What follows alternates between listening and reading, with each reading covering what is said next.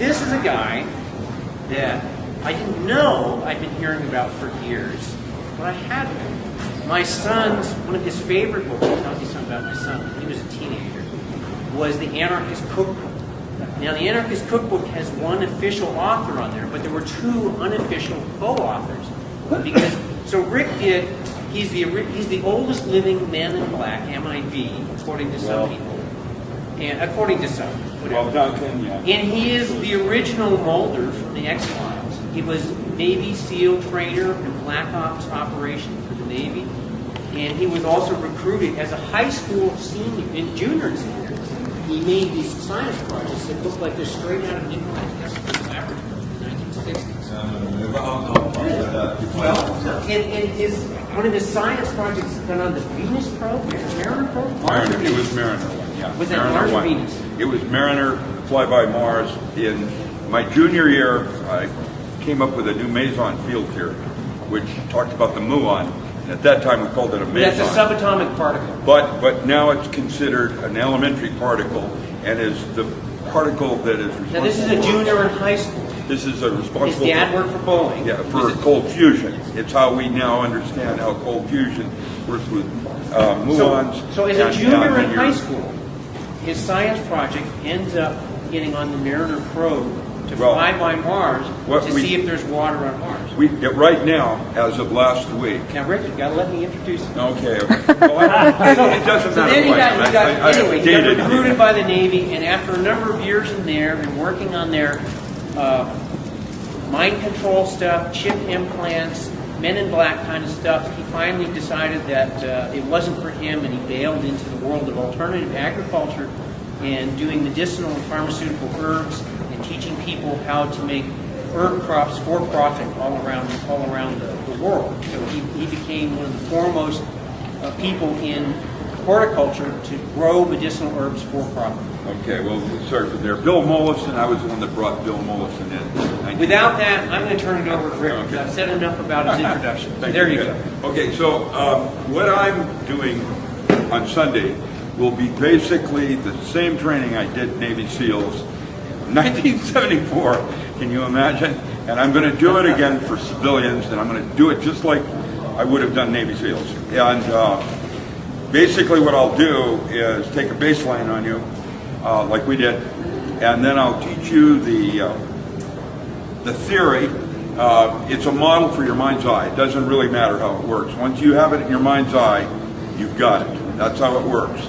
And it doesn't matter about the math and the explanations. It's 50% of everything starts right here in the mind's eye and is outward. Now, once we do that, I'll take you through some guided imaging. It turns out that there's a state, you have a whole series of consciousnesses. And you have tweaking, paranoia, etc. There is a space right there where your ability in guessing increases over 400 times where you are right now. This means it's beyond space and time. I was at Mission Control when I did Edgar Mitchell's experiments, and we discovered that was what I did.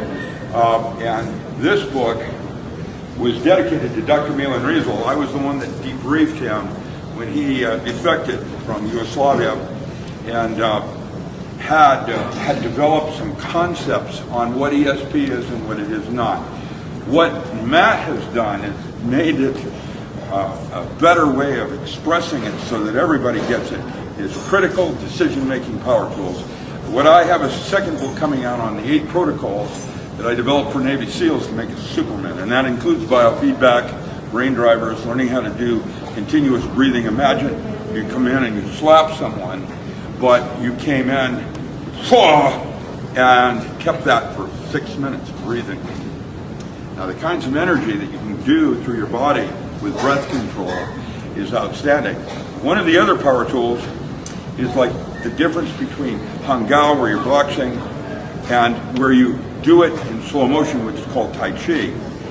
If you are trained correctly, it's all about breath control, and you start to hallucinate so that when you're boxing, you can experience the perfectness of the movement so that you can come through, and you're doing it fast. You experience it as slow because you're hallucinating. It's a technique that we learned where you're not losing consciousness, you're holding an edge on it so that you have the control of your perception of time. Oh, sorry about that. I'm animated, so I walk around a lot. Basically, these tools can be used for your own personal evolution. The rapture didn't come get me, and I'm sitting here waiting to be evolved, and I decided that I had to do that on my own. And so I've written books on spirituality. I've gone into Jungian psychotherapy and tried this one. Dr. Stanley Krippner and some others who were my mentors wrote for me on that. I've written books in agriculture. That's why they call me the postman, because what I'm trying to do now is start a new concept in food where it's your divine right. Gurdjieff said to eat your environment. Now, every region here has a biosphere with edibles. Native plants of commercial importance, there it is. And so what I was MacGyver. I basically taught how to live with your environment. And if you wanted a Dorito corn chip, you can barter it for the absinthe that I made with my wormwood. See, that's how it's going to work. Because if you take it off the monetary system, now that changes everything, because now the government can't regulate you as a terrorist growing food for profit. And Monsanto can't come at you with their GMO thing, and you have a sovereign base. And actually, gardening is a recreational sport. It's as tough as soccer is. And if you set up demonstration farms, which is what we're doing now with the 1,000 new garden program across the country, where the kids, the people that are going to save our ass, are going to be the ones that are under 6 years old right now. And I'm telling you that right up front. That's how it's going to work. All of you in the educational systems have gone to the point where it's not going to happen any other way. It's going to be the young kids that do it. And so I'm going to be Mr. Wizard. And today, kids, we're going to learn how to germinate marijuana seed. I'm just kidding. But that's the basic concept of changing mentality, of values, and the importance of belief systems, and not to use them as drivers. Hi, I'm Carrie Cassidy from Project Camelot, and we are here with Richard Allen Miller. He's a physicist and an explorer of consciousness, and probably a master magician. Magus is what they call him. And oh no! I just hate it when they do that. And I'm going to say that it probably, in some ways, you're kind of like the original Doctor Who. And well, that's English. More like Doctor Strange. You're Dr. Strange. And you're probably also maybe the Aleister Crowley of this. No, I'm going to be part of a group of magicians that will try to show how, at this moment in time, changing lifestyles can be, you can use systems like magic. Magic's a higher form of physics. It's breaker 17. Come on, can you imagine that in the 1800s? They wouldn't get it. Actually, in case we'll tangent here a minute, I personally think that we were visited in the 1850s, probably around the Carrington period, and there are now two societies that exist. That one has space travel and one that does not. I have seen top secret documents when I worked at Boeing indicating that we were off to Mars before we even thought about the moon. Moon didn't have any cheese. There was nothing there for us. Maybe there's secret bases. I don't know about that part. Right. I don't. But what I do know is it's a gravity well, and if you're going to do anything in space, satellites, system defense, whatever, you do it from L5 positions, not on the moon. And that moon costs money. There's nothing there to work with. Mars has water. In fact, I'm going to put it on my website. It's just a little visual so everybody gets it. Earth and the moon, and right in the middle they have a little dot, and that's the amount of water that's on the Earth. And then, because of the recent landings, we now know how much water literally is on Mars, and put that little dot there next to our dot, it's bigger. Mars is much smaller. It's a water planet.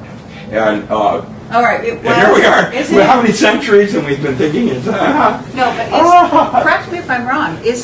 Wasn't Mars a water planet? Well, that's mythology and the asteroid belt and the blah, blah, blah. You don't believe that? You don't believe that it ended up to be sort of almost a nuclear winter on Mars, the surface of Mars?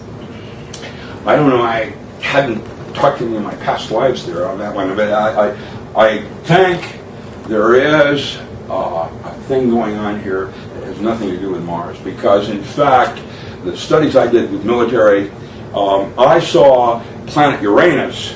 This came out of cosmobiology. It was a Yugoslavian project, and I did a 360 at Boeing to try to capture, reproduce their data to see if it was configured right, that kind of thing. And when the planet Uranus, this was the Department of Interior, Menlo Park, grant that gave to me, that when Uranus was in a certain position with the Earth and the Sun, there was a 3 sigma error coefficient of earthquakes. So then I had to ask, well, what does the storms on Jupiter mean? What does that mean? It's all in metaphor. And what is your metaphor to serve your paradigm? Okay. That Gregory Bateson, that's the part where we have to look at things not spatially, okay, because that's kind of an illusion of just certain senses. The body has other senses. We're now discovering how birds can flock and migrate because of paracoupling in their eye and being able to see the shifts of the gravity fields, okay, and they know where to fly. Okay, well, what about the idea Man has that too, by the way. Yes. That's what I'm trying to say. Yeah, exactly. So what about the idea that you actually you're following a trajectory that's an inner trajectory? That's correct. There's something else going on here than the physical plane. We've missed the whole point of it. In advance of coming here, so to speak. I don't know. I really don't know. What I do know is... Are you a precog? I can do anything I want to do, and so can you. In fact, I'm going to teach people how I got SEALs to do that. I understand that. But you yourself have done this. Right? Oh, yeah. I won the contest. NASA Canoe, Carl Wachowski, Llewellyn, 1965, brought Gene Dixon and Sybil Leek and all these people in it, record history, and they invited me in to show how the SEALs do it. Right. And I won it by 3 orders of magnitude type. Top psychic there. I won that psychic tournament. Okay, it wasn't about me. It wasn't about me. What? Beyond Ingo Swann? Ingo Swann was at that time still in Chicago. I don't remember if Ingo Swann was there or not. I know that there were several others. How about Pat Price? Did you know Pat Price? No, I don't know. I didn't know the people. I was a new... Hal Puthoff, you went to Hal SRI. Puthoff was older. I mean, younger. He was younger. He was a younger generation. We're talking 1985. Hal Puthoff's younger than you? I don't know how old Hal Puthoff is. I thought that he was at SRI in the 80s, not the 70s. True. I was doing the 70s. I see. That's what I meant by, I don't know how old he is. I worked with Tiller and Pluharich is who I worked with. Okay. Pluharich. You mentioned him a number of times. Well, Pluharich was one of my teachers, and he was... what about Uri Geller? Did you work with him? Uri Geller was his protege, and I was the one that busted Uri Geller at SRI. I caught him cheating. Really? And it broke Pluharich, and Pluharich was my teacher. It's like someone I didn't want to bust him, because what had happened with... what's his face? Uri Geller was that Geller couldn't do it just at any given moment. Sure. He could do it. Yes. We measured that. We confirmed something's going on here. When he started cheating for ladies and that kind of thing, where the ego was involved, and we caught him. Well, what took the whole data out the door is a baby with the bathwater, and that was the shame about that. Klugen was doing the same thing, moving her things, opposites moving across the thing, kind of magnet. I remember the great Randy did a challenge, because he didn't believe any of it, right? And what would be really interesting is to teach you this technique. No, that's all right. teach you this technique, Sure. and then challenge his $1 million challenge where you can prove you can do paranormal. And that takes care of him, and that takes care of the $1 million challenge. You can probably talk him into it for the media publicity on it. The whole point would be, great, Randy's, has this $1 million challenge. I'd love to see you go after him. I think that would be, because all you have to do is verify it with a team of science. Now, what that will really do, $1 million isn't important. It makes ESP, it makes ESP in the same category that hypnosis was when I was in the 70s. In the 70s, Gil Boyne didn't exist, and there was no certification programs and those kinds of things. And now it's turned for ESP. And ESP isn't ESP. It's, you already know, it's just consciousness isn't the real deal. And you need to learn how to go to certain places that you can do things that you can't do here. And this place, you can blah, blah, blah, blah, blah. Okay. Okay, well, we're all magicians, okay? That is correct. And That is so correct. I think that we would definitely agree on that. Now, what I want to do here is back you up. I want you to tell me, we just had a conversation over lunch, okay? Yeah, sure. We'll do that. And we did a little You'll preliminary. cue me up and I'll just flow. You got No, it. but I would like to just hear a little bit about your early childhood. Oh. I don't want you to go into detail. I Yeah. don't want you getting in an emotional Yeah, place or whatever. But no, I got it. Yeah, no, I got I want it. people to got it. understand how really amazing you are. And so we're going to go step by I'm step. not. No, you are amazing. Well, then, if that's true, guess what? All You of can humanity easily, in is- this lifetime, be what I am if you want to do that. Hey, we're both I amazing. would want How's to do that? that. You good? Okay, so we're all amazing. Humans are amazing. In It's my not- eyes, yeah. well, see, I see humanity as an amazing vehicle. Okay. Rudolph Steiner says we're devolving. What do you think of that? Well, No, really. maybe some of us are. Well, that's why we have Joseph Campbell that says when you see the kingdom of the Father on earth, the apocalypse has already occurred. It's perpetual. And so when you talk about past lives, it's called the netter new, that moment of nexus of that, by the way, that neurotransmitter you didn't talk about was lysergic acid amide for Larry. He has alcohol and marijuana. Okay, we're going to go to Larry. I got you, but I thought I'd let's like that. yeah, thank you. You're But welcome. let's start at the very beginning. Okay. I love it. You were born in the Philippines. No, I was born in Everett, Seattle. Washington. Okay, yeah. I spent some time as a child in the Philippines, so I couldn't spell. I couldn't read English in 4th grade. I had a special teacher that then kept me after school and taught me how to read. Okay. In the 5th grade, in our local library, any book that had a little science fiction mark on it, I read it. Andre Norton, blah, blah, blah, just consume that all. And then in 6th grade, I got a chemcraft chemistry set. I was making pipe bombs when I was 12 years old. Okay, but slow down. So your real father was not the man who raised you, right? That is correct. But I don't see my father. My father's the one that gave me my humor. Your real father or No, your father? My father. Okay. Yeah, my father gave me my humor, gave me my sense of rigor, gave me my sense of. And he was a Navy man. Yeah. Okay. Yeah. But the man before, the one whose genes you have, so to speak, right? You mean the Nelson one? Yeah. Lord Nelson? Yeah. The one from the Kill them all. Let God sort it out. That guy. Really? Oh no, that was earlier. Yeah. Okay, but Oops. was your mother's line Nelson, or was it your father's line? My that was mother's. Nelson? My mother's. Your mother's line. was Yeah, the right. Nelsons. They came in on the Whitman trains. Do you know what your father's line was? No, I don't. I've No? never. Okay. I've but got it was what I got certainly to okay. It was need what I pretty need. Anglo-Saxon. Yeah. Right. I've obviously got German. I've always got English. You got the blue eyes. Yeah. You know. Yeah. Aryan. The whole thing.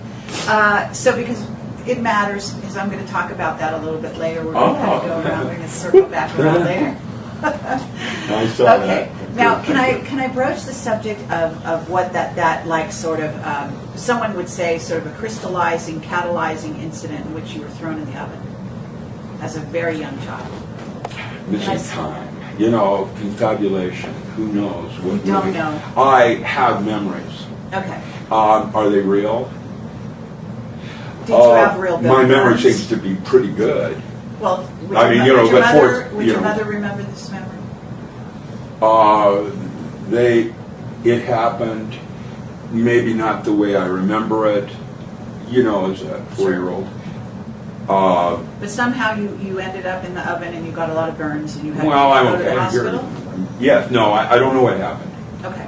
I know that then I remember when my mother introduced me.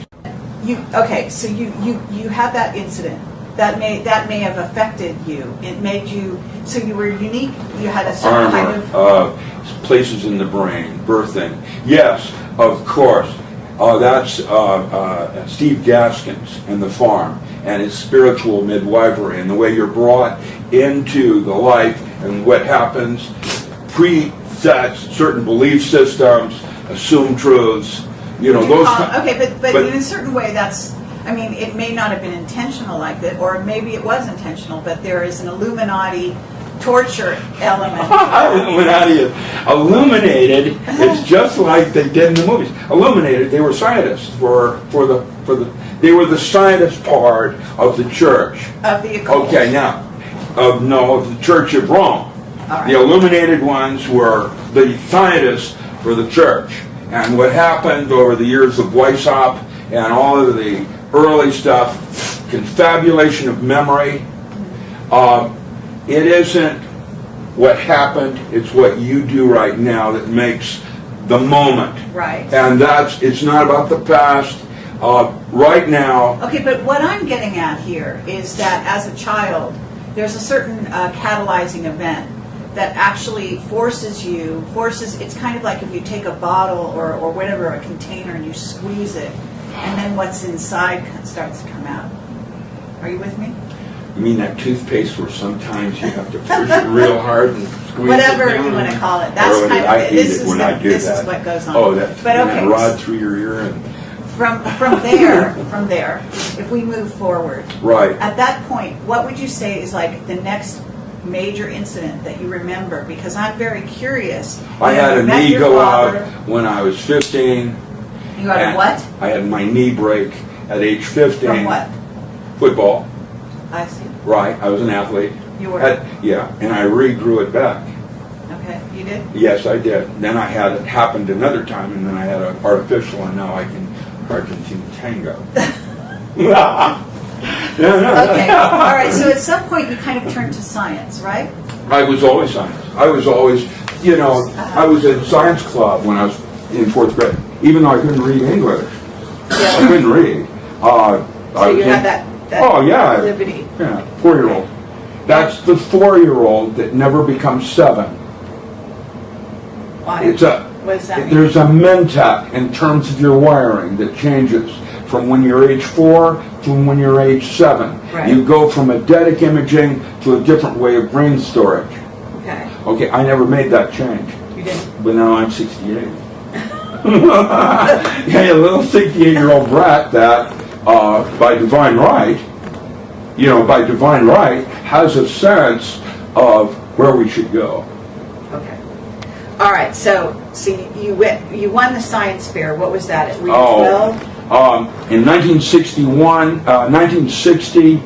that was my junior year in high school, Mount Rainier High School. I won the Navy Cruiser Award, Army Award, blah, blah, blah, award, blah, blah. With a new meson field theory. And it included a new elementary particle called the muon that generated tachyons. And Oh, did you say Yukawa from Japan. you built a linear accelerator? That was the second year. Oh. Then I applied that thing by creating a linear accelerator, hydrogen bubble chamber, and created particles going faster than the speed of light. And that was 1961. And you were still in high school, right? Right. And I went to New York, the And- National Science Fair. Okay. And I came in second. Guess who came in number 1? Robert Strum, Univac. And it was Robert Strum from Okay. New York. And so, there it is. All right, I was so always number 2.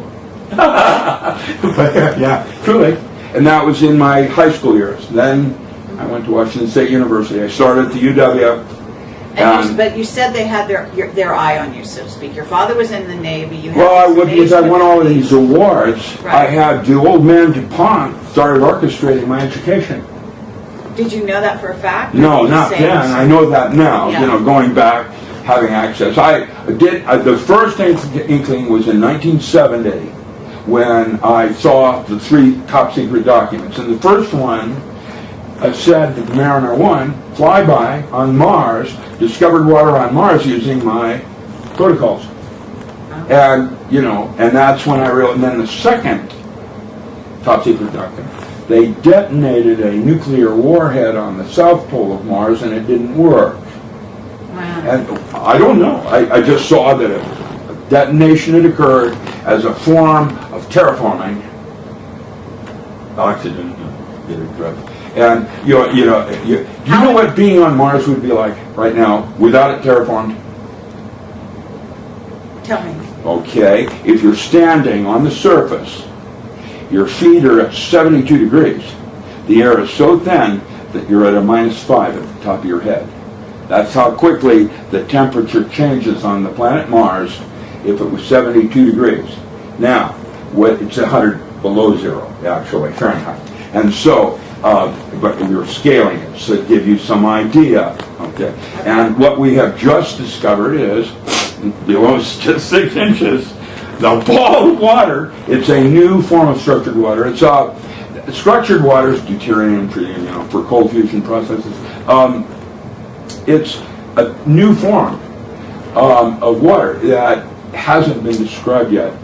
Jerry Pollack was my lead when I worked anesthesiology at the UW, and is now professor emeritus in the world on structured waters. He's the one that does that beaker where the water runs across that long distance, and he does that. Okay. We understand things like how photosynthesis works. I mean, when a photon of light hits that structured water, Right. what happens is, Richard Feynman said, likes like. And the positive atoms go up here, and the negative atoms go down here, and you have a battery. And that's photosynthesis, and that's how it works. And when you put certain kinds of structure to the water because of deuterium, because of that, it's having a different isotope on it, then what happens is the structure of the water. Now, what makes water so important is that it's hydrogen and oxygen, number 1 and number 6 in the periodic chart. Helium has H2 is a stable molecule, but hydrogen and oxygen as water, as the smallest molecule, is a dimensional gate because of its dipole moment. And so it gives you the options of doing other things. That's why water is a really important resource. And it is a dimensional gate. It's mathematically is the way you would express that. I see. These are arbitrary Well, things. how about the water on Mars then? If normal water is a dimensional gate, what do you think the water on Mars is capable of? There you go. It would be nice for you to answer that question, because I bet it would. There you go. I don't know. Okay. I can But I'm Project Camelot, and we have witnesses who worked in above top secret, who have said that Mars. I have been told by someone who is risking his life to tell me this information. Well, I don't know about that. I know that. I know you don't know about it, but I'm going to tell you what I know. Okay, cool. And you All can right. tell me what you think about what I told you. Good luck. I'll tell you. He said that the Mars that we see, that the military is dealing with, is actually 4th dimensional Mars. Isn't that amazing? Isn't it? Yeah. Okay. And now you talk a lot about, we're getting off the touch. Not really. Okay. I already went there. I did the math. Because you talk about the information I talked field about just Matty like Pitkin Peterson. and Alex Cavarainen. Alex Cavarainen talks on structured waters. He's finished. Right. He's dead now. He was brilliant. Okay. Nobody's ever heard of him. Well, some people have, but nobody's heard of me.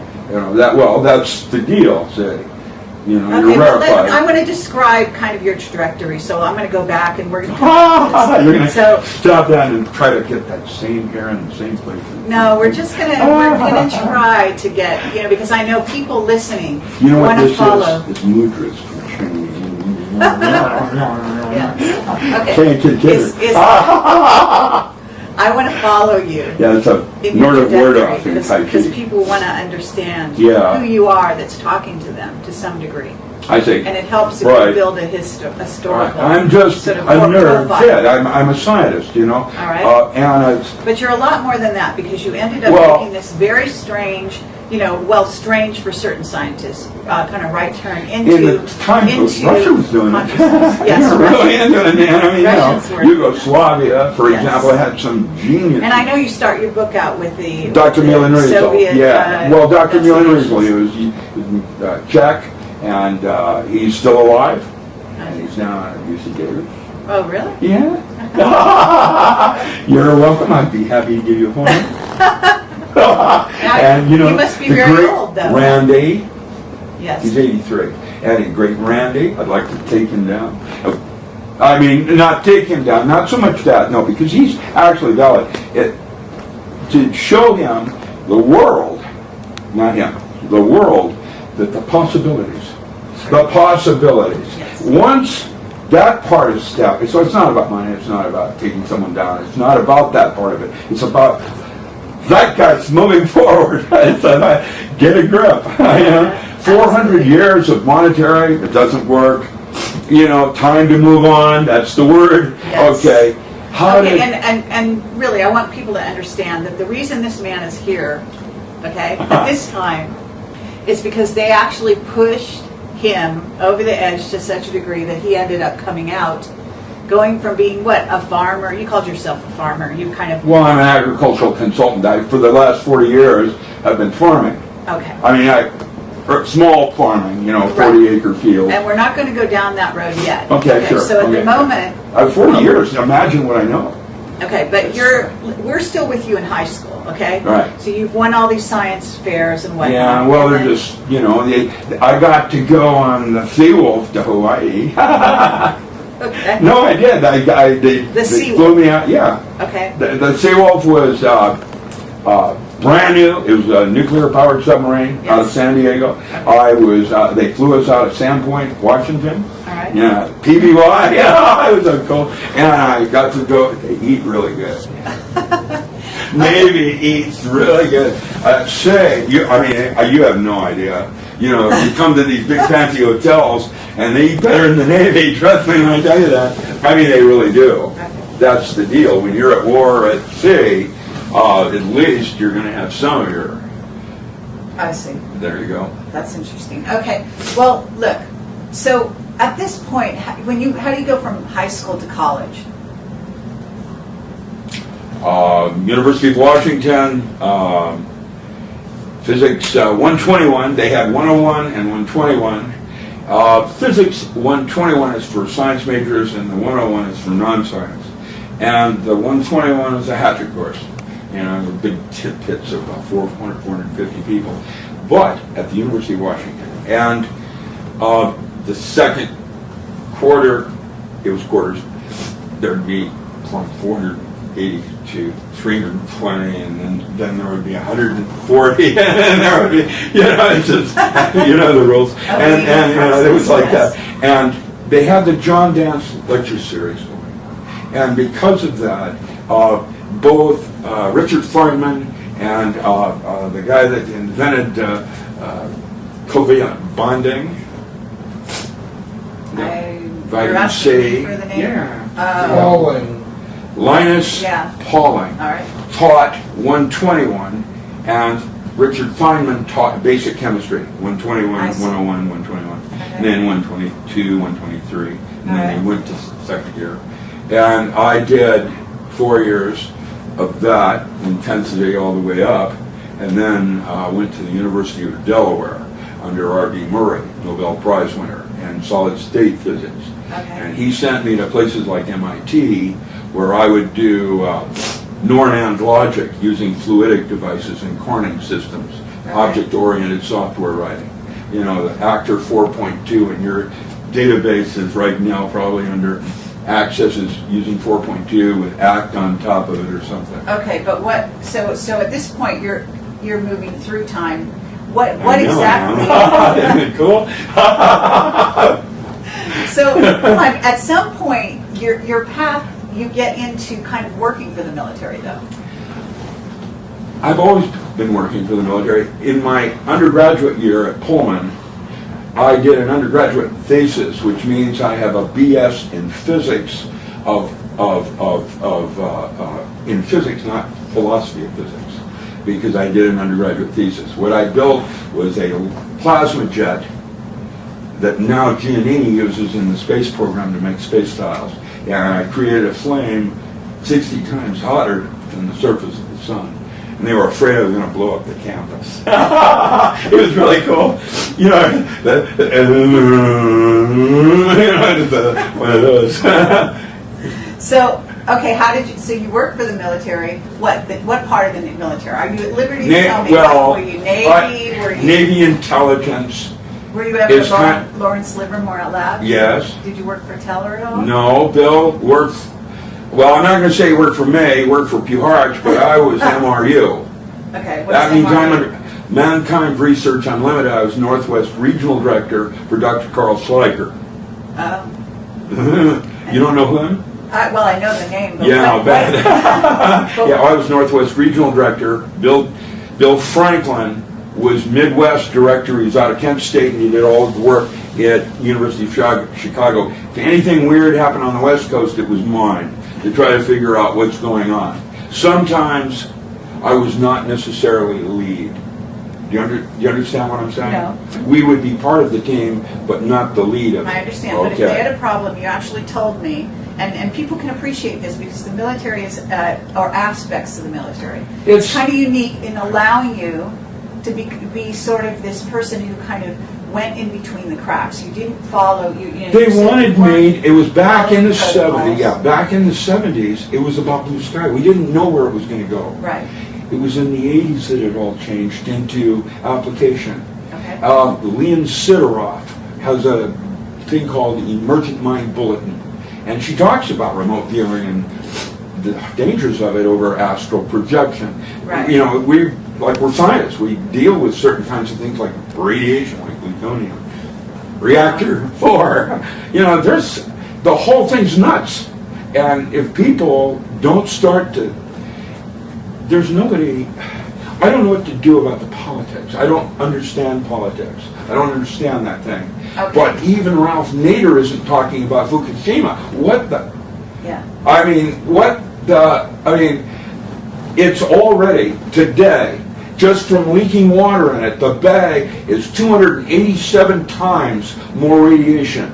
And right now, chatter is that, and it looks like it's all good to go, there are 2 major islands up in the Kamchatka Sea that Japan is buying from Russia. And how do you evacuate 40 million people out of the prefect? It doesn't, how do you do that? Well, I've heard that some of them are going to come to In our Australia, lifetime, and some in of our them are going to lifetime. China, and some are going to U.S. In our lifetime, I think Japan will no longer exist as a continent. It's a terrible shame. The history and richness of their culture is, it's like Aztec, and it's happening right now with global weather changes. And that's what we're about, the urban survival skills and how to avoid a zombie. Well, yeah. Okay, well, but speaking of that, we're talking about... I did you have that, didn't I? No, it's just one of our cameramen. Anyway, it's making me laugh here. But the bottom line here is, when you were, we're still back in the military, you're working for the military. By the way, I just did a little Kevin in here. The people that are actually going to make the change are 6 years old or younger. It will be no one else that actually causes the changes. It'll start at 6 years and younger. They're the ones that are going to do it. Okay, well, we might have a little difference. I'm on record of saying it. I hear you. It's a fact. I'm sure they may have to implement They're the ones that are going to take over the food thing. or they're already doing.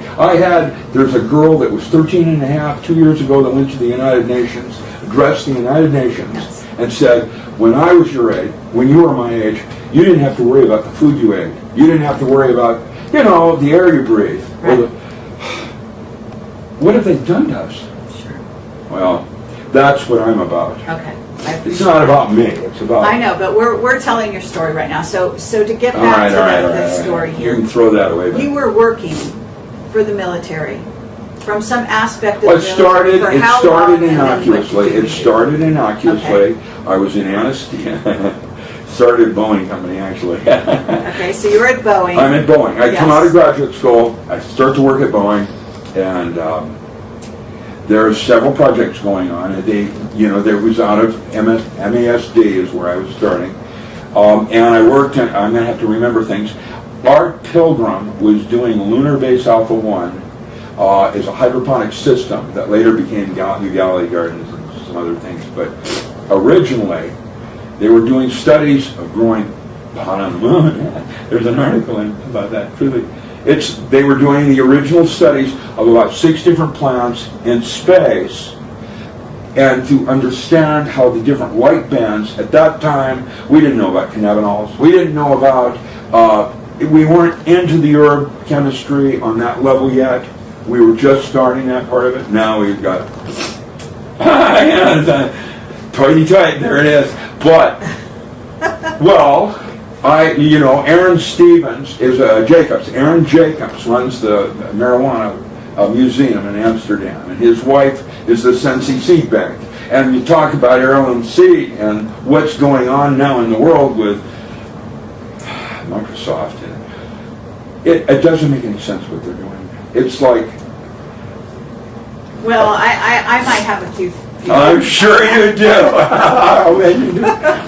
Okay, but let's go down this trajectory. At some point, you said you were called in to solve problems. Yeah, if they couldn't team was figure it sent out, they would bring in the weird balls. They would Okay. try to make some sense of it.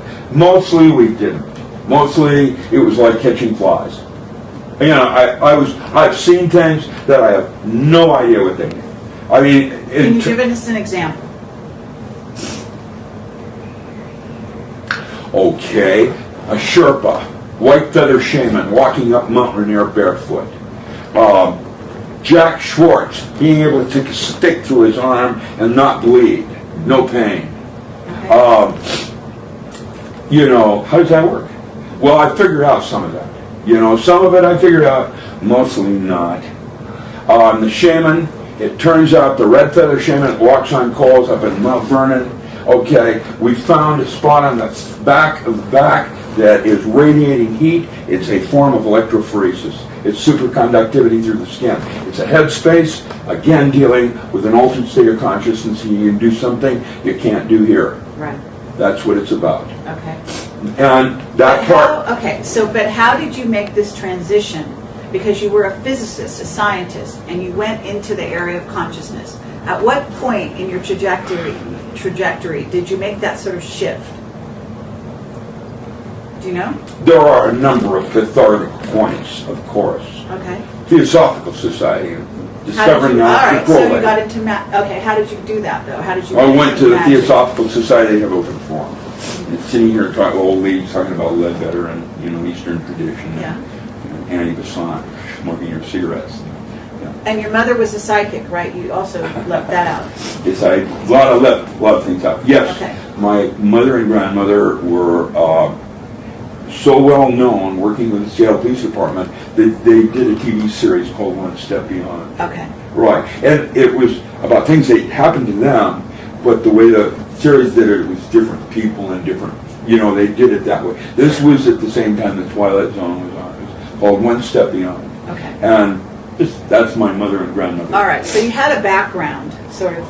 You grew up with your mother. She had this ability. You must have had a similar ability growing up. No, that's lined in 1950 when I'm a young kid. Yeah. They came through with the Foundation for the Study of Man, and they tested my sister and I.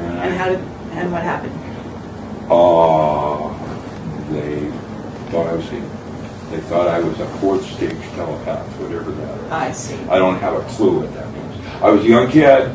I played with it a little bit. You know, you can feel like something's watching you, and it's aliens, This is in the 60s, Yes. early 50s, late 50s. Well, come on, you must have watched Spielberg movies and, Oh, that's much later. I was out of duty. I tell you. All right. We're moving too far along. Okay, so get back to where you are as far as in that you're working for the Navy. You're making a transition. It's Navy intelligence. Navy intelligence. Navy intelligence is different than Navy in that we're basically Jesuits for the Church of DuPont. He reported to Rockefeller. DuPont was mostly interested in the technology. That's what Navy did. We did it first, and then there would be a trickle down to Army or whatever. But it was always Navy that had the choice. Okay. Yeah, I mean, and you know that the Stargate, that whole, it was called, I'm talking about this came later. I'm talking about remote viewing, and I asked you, that's in the 80s. Okay. We're doing something much weirder. Are we in the 60s or 70s? We're in late 60s and early 70s. Late 60s, like 67, 68. That's when Yugoslavia was... Jim Morrison, The Doors. We're talking Tavistock. Did he die? Thomas Lytle. Secret and Suppressed. Feral Press. Can't get a kidder. You have heard of Peter Labenda? Yeah, Tom Lytle was my best friend. And psychedelic essays and monographs. He died. He died in Florida, just 2 years ago. And Neil Goldsmith, you don't know Neil Goldsmith? The New York Poetry Science Talks and Omni Magazine. What about Allen Ginsberg? Yes. Alan Watts. How about there you go. I studied with Alan Watts. You did? Yes. And For how long? I taught with him at Cold Mountain Institute before he died. I see. Okay, I was at Evergreen, Yeah. and he wanted a second kind of Buddhism, which is minus Chinese. And actually, I'm not a Buddhist. I'm not. I'm a magician. I'm like different, I get that. Okay. So, but again, we're still trying to find that area where you kind of moved out of sort of science and got into the mind. Meta means beyond. All right. Metaphysics is beyond physics. Fine. Worldview, you come down into... Were you disenchanted? Did you find a limitation in physics? I mean, what... Well, it's emotions. It's something more going on here. Let's figure what that's about. What about those inner space things? Let's take a look around.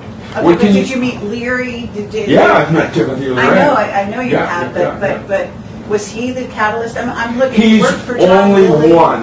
The first catalyst was the woman in 4th grade that kept me after school and made me learn how to read. I did Freddie the Pig and Mrs. Pickle Goes to Mars. Why was that? That's how I started reading. Okay. Gotcha. And from there, really. Okay, but come on. I'm trying to figure out. You're in your 20s. Let's say you're in your 20s. Okay. Yeah. Okay. And you're working for the military, and you're doing these jobs, and you're reaching. You say you get given a puzzle or whatever, a problem to solve because they I'm can't in solve school. it. You're in school. Yeah, Okay, I went on. on.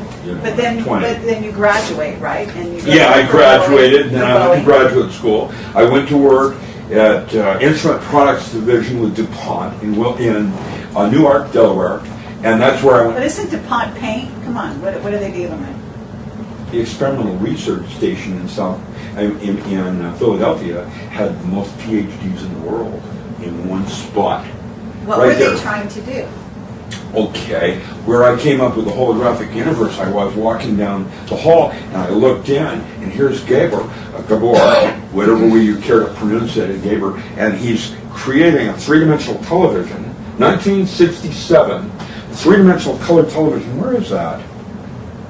What happened to that? I saw it in 1967, and why I wrote the holographic concept of reality. That because I saw that, and then realized what a hologram really is.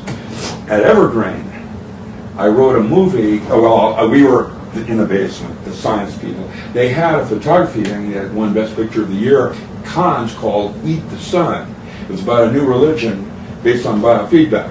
Okay. And I've been writing this thing on using feedback systems so you can change consciousness. The idea of you're hallucinating if you're so out of shape. You know, there's some aliens that think, how could we exist as a life form when the difference between being psychotic and normal is measured in micrograms? How does that work? You know, really, I mean, we're talking about some subtleties here. No. Okay, but at this point, you're working for DuPont. When do you actually make the jump from DuPont into... Okay, when I worked with DuPont, they sent me to graduate school. I finished graduate school and I came to work at Boeing. When Boeing had 50,000, scientists hit the street all at one time because of the losing of the B-1, I had a job at Boeing still, and I gave it to my lead. He was a grade 14, way more years into it, so he took my job and I started working at the UW, anesthesiology. What's the UW? University of Washington, Department of Medicine, School of Anesthesiology. Okay, but why Fourth did you floor. Okay, what were you doing? What anesthesia? What was that? The outer or the inner? I had an outer show. I was creating an aortic catheter. Okay. The single most important measurement in medicine. Okay. It goes in through the femoral artery, goes up into the aorta, and measures instantaneous cardiac output. Okay, what That's were you the bottom line. What was the inner job? What were you doing? Korean photography, blah, blah, blah, blah. So you were photographing talking with auras, plants, yeah. Okay, you were doing experiments with that? Yeah, video feedback. I had, at the UW, I had a buchla. So I could, You had a what? A buchla. Like an EMU. Synthesizer, I could do all kinds of frequency bands. I could do any band I wanted, so I was working like with, they had laboratories where you had toys, so you could really do cutting edge. And I had toys, and I learned audio and video feedback systems at the University of Washington. They had security clearances into the walls, the basements, just like Chicago did. Secret. You had to go in with a badge. But you got in there. Oh, yeah. Yeah, all the time. Yeah. I had crystals grown there. You did? Yeah, for the aortic Did you catheter. find what other uses crystals have? Solid state physics. Let me tell you, I was going to write magical and ritual use of gemstones, and I never did. You know why? No. There would be 14 chapters, each So? one for a Bravus lattice. That's does that mean? Pythagoras. Oh. Yeah, Pythagoras says there's 14 ways matter folds in or out of itself. They're called Bravus lattices. It's a mathematical thing. It has to do with octaves and matter. Okay, so Right. but I still don't get why you didn't write the book. Why did you write a book? You said you were going to write a book. I've written more books than anybody in the world. Wait till you see what I'm going to do this year alone. You have no idea.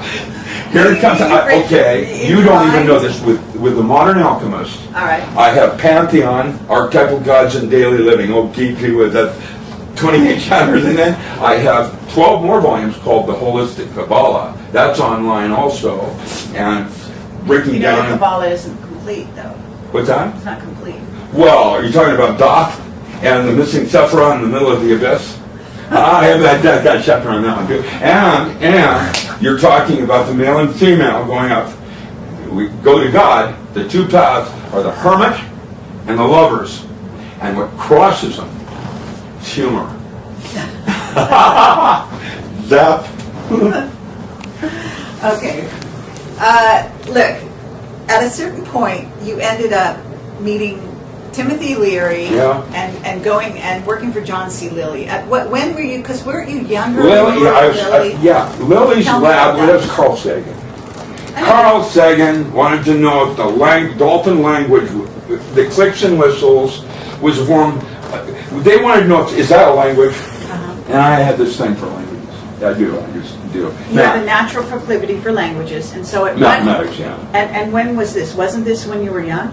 No, let's see. You told me it was like you were in high school. No, not in high school. You were 20s. I trying to think it was more like 68, 1968. I know, but 69. so you were. Might have been 69. So It might have been 69. Were you in your 20s? Yeah, I was working for Boeing. I was already out of Okay. graduate school. All right. And so I was you went I was in down four and- 30s. You went down and you were a test subject to do what? No, they brought me into his labs, and for about 10 days I took recordings trying to understand from the frequency bands what these different movements were. And I discovered that the format of the, and the way they did what they're, it's a form of Clifford algebra, dimensional math. They're like 10 times more aware than Hebrew in the mother languages in encoding of information. They're a more highly evolved mammal than man is. Did you talk to Stan Tenen about this? I did mention to Stan, when I met him, I mentioned and that. How did he react? They have a dolphin program there on Hawaii, but the one I did was in Key Largo. I did Dolphins Plus with Tom Little, Tom Lytle. And Tom, I was with Cosmo. I was 4 hours in the tanks with the dolphin, and the trainer had the dolphins coming up to me, and I grabbed on each fin, and they pulled me through the water. Right. The trainer didn't know this arm wasn't real. And that dolphin did. That was Cosmo. And he pulled me differently than the other one, so I was able to be pulled through the water. He was lighter on my thing and the joint. I know, but did you communicate with these dolphins telepathically? How did you communicate? I don't know how you do that. It's in their eye. Starshine. It's like when you do eyeball to eyeball and you all of a sudden it happened. That's the soul part. The dolphin are there. I can't explain how to, what happened with my dolphin. When I met the dolphin, I felt like I was in the presence of a real alien, and so much more to give to me. Some of those mammals they're open. They can leave anytime they want. They can leave at any time they want to leave. Right. In other words, they're there because they want to be there, not share. Yeah, right. They get them usually from shark or something that hit them, and they rehab it, and then the dolphin can leave if it wants to. And a lot of times they don't. But then neither do kids leave McDonald's. So we got to be really careful what we're doing here. I thought I'd play with you on that one. That's the other part of all of those equations, is that we don't have a clue. And what we do, a wolf, timber wolf, is closer to spirit than man is. What a wolf does is not wrong. There's nothing it does that's wrong, because it's about instinct. Okay, that's the lower brain. The gut, it's convoluted, has neurotransmitters, there's a lot of thinking from there. There's metaphors going on in the body, just heart centers and other places. Call it triple warmer. I haven't figured out what a triple warmer is yet, but I did the early acupuncture studies at the University of Washington under John Benica. There were a group of scientists that were studying anesthesiology. They were studying the Barefoot Doctor's Manual. Wanted to see, and we brought Dr. Chu, who was at that time China's leading acupuncturist, into the laboratory. And because I was working upstairs, I got infectious hepatitis, working with blood. I built a jig. I was doing sonic studies, through blood, attenuation studies, with crystal we use on the catheter. We knew blood, for example, was at 10 megahertz. That was already done. But aortic cotton walls, we needed a pulse echo thing going on. And what frequency then? And I was doing that study. I see. And I figured it out. There it is. Boom. And okay, but I lost my thought. I know, but you were working on crystals and going into crystals are metaphors, just like space-time is. Okay. It's about the geometry of it. Yes. And when you use that geometry in your mind's eye, that's what I would have been in the ritual use of gemstones. Magical and ritual use of stones would be, the broadest lattices, Pythagoras. That's how I would write the book. In terms of what I know about magic. It's about, that all comes, by the way, the concepts of that, Ezekiel's vision and the throne chariot of God. That's where Stan Tenen and those people, trying to see the supercode inside the Kabbalah. Yeah. Okay. Crazy stuff. Well, you know, the word. But I still want to get back to the when you were working with dolphins. They used you. Why did they use you specifically? Who? You. I never figured that out. I never figured that out. You don't know? No. So I'm a real scientist. I'm like a real scientist. So you're a scientist and a psychic. Is it 4-stage psychic? Or No, I'm not Mulder. I don't have I Want to Believe. I don't have Robert Anton Wilson tennis. I didn't say it. See how I got that up. Yeah. Okay, but but you're still not answering the question. I want to understand. I mean, John C. Lilly. I was there 10 days, and what I did was I recorded the languages of the dolphins. Yes. That's what I did. You recorded it. Yeah, they're talking to each other. So, but anybody could record it. They don't need you to. Well, but they can't figure out what the code, in terms of, and what I would do is digitize certain things. This is before computers. We had a wang, before this. I understand. Okay, good. And so, in fact, I didn't even get about computers. That was one of the areas I missed. When Robert Strum beat me, he beat me, at UNIVAC. When I went to Nationals, New York. Yes. Oh, yeah, I didn't tell you that. Wait, I thought I told you about New York, and I always was number 2. I was never the best. I never, like when I went to New York and they had the National Science Fairs, what happened was I came in number 2. I didn't come number 1. The guy that beat me had UNIVAC, had the first computer. They were using relays. I'd never seen anything like that. I didn't know about the difference machine gun. I hadn't read Gibson, hadn't done, all of those. Oh, yeah. Well, I hadn't done any of that. Did you read Gibson? Oh, yeah, of course. You see, Vaughn Bodie was a personal friend of mine. And okay, let's talk about John Bohm. Is that it? John Bohm, his implicate order, the concept of the implicate order. But you were there before him, right? Is that what you were doing? Right, we were doing holographic, we were suggesting biological processes. We were the first to suggest that the whole thing had to do with biological processes, not universe. We started looking at the body, what the body really is and what it isn't. The difference came out of Crowleyan photography. When we realized Crowleyan photography wasn't real, what we had discovered was bioluminescence and the concepts of what bioluminescence was really about. That was what I'd done my graduate work in. Okay, and so explain bioluminescence to me.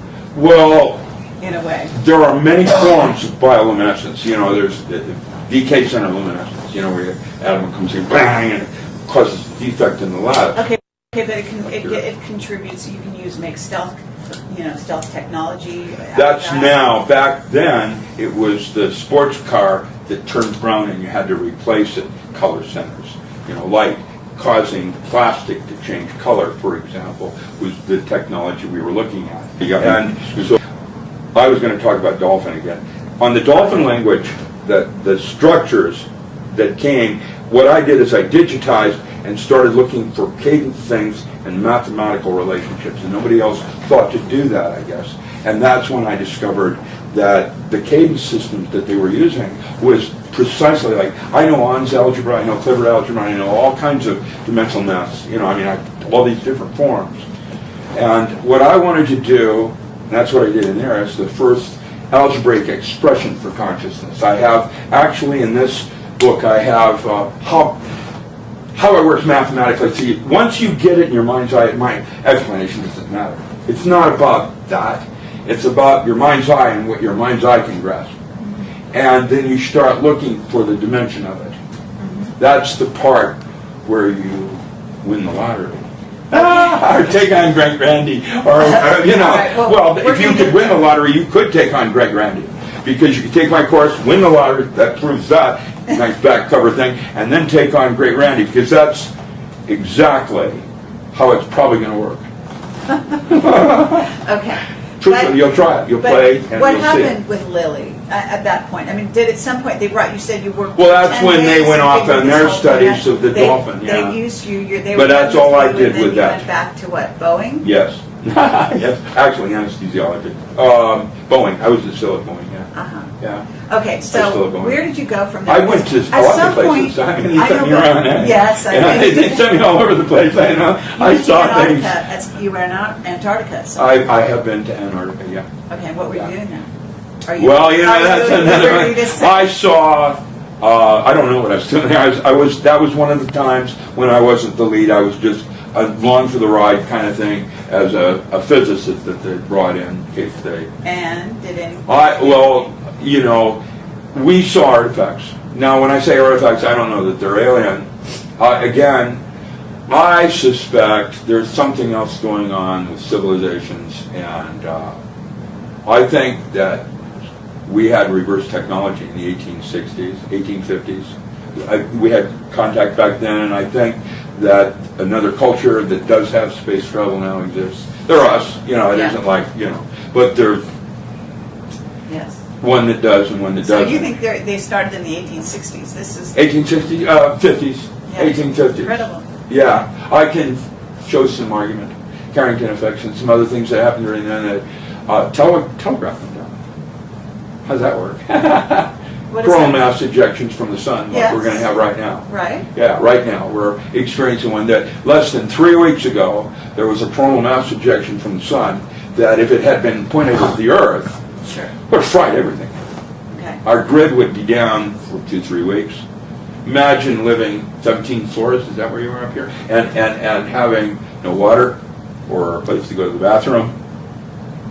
Sure. Where would you do that? Downstairs? It gets better and better. A zombie is East LA when they're out of food. Sure. And I don't think there's any infrastructure right now that exists for food less than 2.5 days. I would think, I saw Camelot one day after Fukushima. I couldn't believe it. The shiver ripped. They're gone. After Fukushima went through, they had a little earthquake. You know, they had a little quake that hit Camelot, yeah. about 3 feet. I see. Yeah, but just the fear of what was going to happen, they went to lower brain, you know. The shelf got ripped apart. The place looked. I have a video of it. It's wonderful. You do? Yeah, 'cause it'll be in one of my PowerPoints.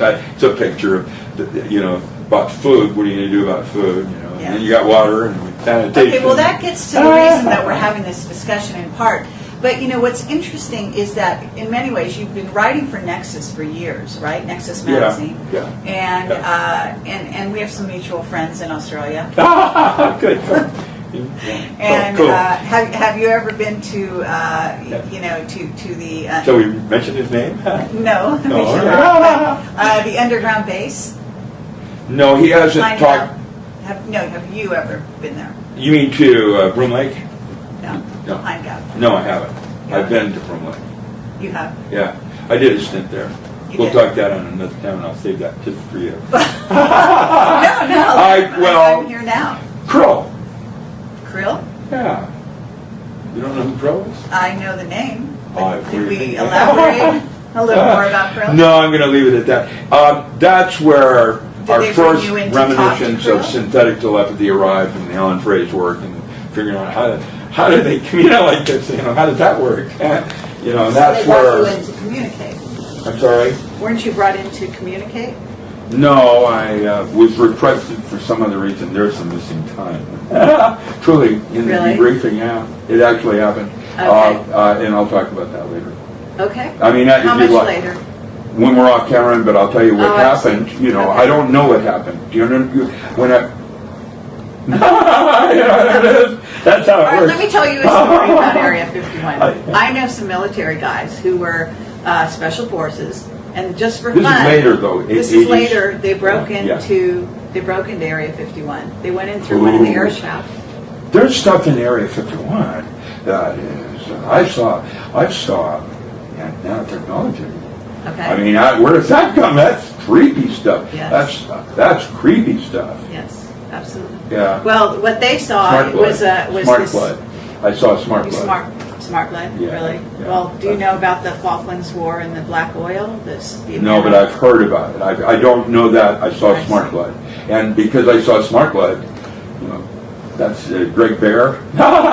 Blood Music, the sci-fi book, Blood Music. No, I don't know that. Absolutely, Greg Bear. Oh, okay. Yeah, wrote Blood Music. right. The blood gets intelligent and decides it wants to talk to God. How does that work? It gets weird from there, man. Goes right over the edge. Okay. Anyway, these guys discovered there was a ball floating that was watching them. You heard about those balls? Floaties. They're taking too much methamphetamine. No, I'm just kidding. No, it was real. It was very real. Yeah. There's a lot of things that are real. Wendigo, Bigfoot, all of that kind of stuff, this Chupacabra, all the different forms that Skinwalker Ranch. Come on, did you ever take I would a love to jump do room to Mars? Skinwalker Ranch. I would love to have some toys. And that's what I did. When Okay, in the but that's 70s, I did paranormal. something like That's Skinwalker. paranormal. Yeah, but that's what I did, was All right. paranormal. Yeah. When they would have something they didn't understand. Back then, they knew about aliens. But they were more worried about what the Russians were going to do. That's the way I remember it, honestly. Yeah. I mean, honestly, Yugoslavia had made strides in their researches that even today, I'm impressed with cosmobiology. The concepts of cosmobiology, interesting science.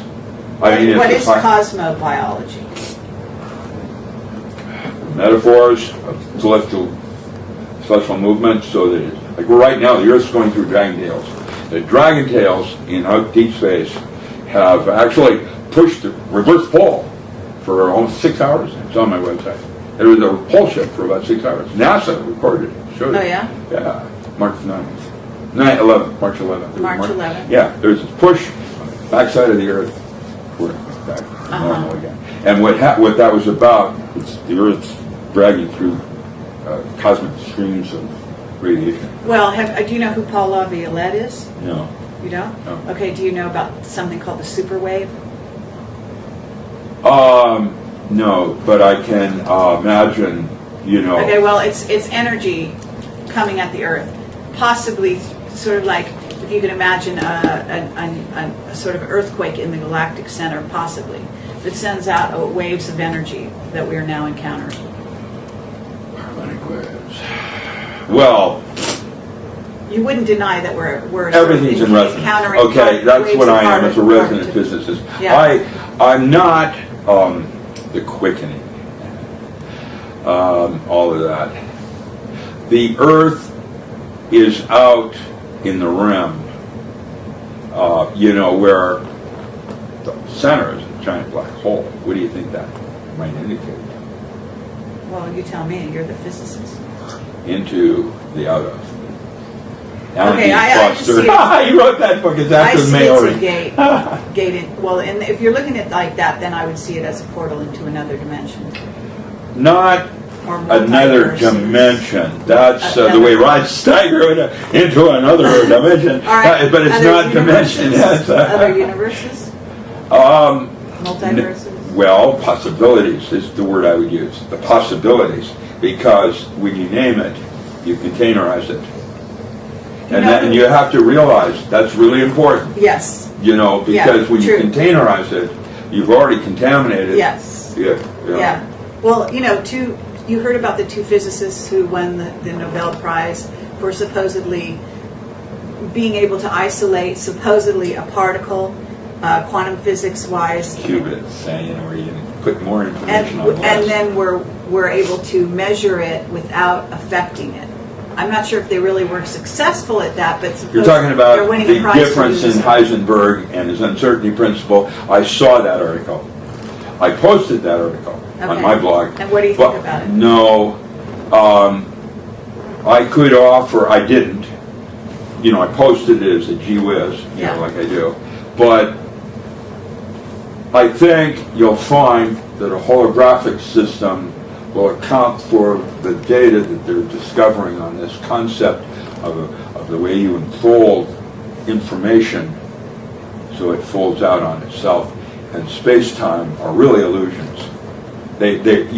Lawrence LeShan, the medium, the mystic, and the physicist, it comes back to that. You wanted to keep on? All right. Yeah, there it is. That's a catharsis point. That right there. That okay, Lawrence but tell me Wisconsin book. something. I mean, just tell me in terms of, do you think the physicists that won this Nobel Prize can isolate a particle in such a way and measure it, and then supposedly predict it? I think was the next step. And then they were saying they could make supercomputers out of it and so on. And so Yeah, that's the way. It's about the way you array the information on itself. That's what they're talking about. You're the one, the investigator into consciousness. Wouldn't you say, how can you really eliminate our consciousness? In other words, our attention on something. Do you know what I'm saying? I do it without affecting it. Okay. We're going to affect it. If even you can affect everything with the mind. Exactly. So there is no barrier there. No, Right? there isn't. No. Even Ingo Swann was able to do this experiment at SRI where they had these layers of steel and they had this thing under, I don't forget what it's called, under the ground. Do you know what I'm talking about? Yes. And he was able to change it. They wanted to know if he could affect it, and he did. Dr. Hiroshi Motoyama did it in Japan, where he put someone in a Faraday cage. Okay. And they had a one-on-one. That's one of the studies I did with someone outside the Faraday cage that affect his consciousness. Now, how could you do that? Except possibly in a quantum mechanical universe, unless you're using microwave. And so the body is radiating energies in a number of points. Those are called nadi points. Okay? And if you have your chakra points, you have the places where you secrete oils, you know, on your body. And these are places that are radiating part of the non-local mind, where your body's up here, just like your brain is up here. Sure. Except for, you know, there's a hierarchy of brains. Well, what about out of body? We're not even going there. We can. We can. Because that's Monroe and the original studies. Yes. Did you go to the Monroe Institute at all? No, I worked with Robert Monroe when he was in California. You did? Yeah.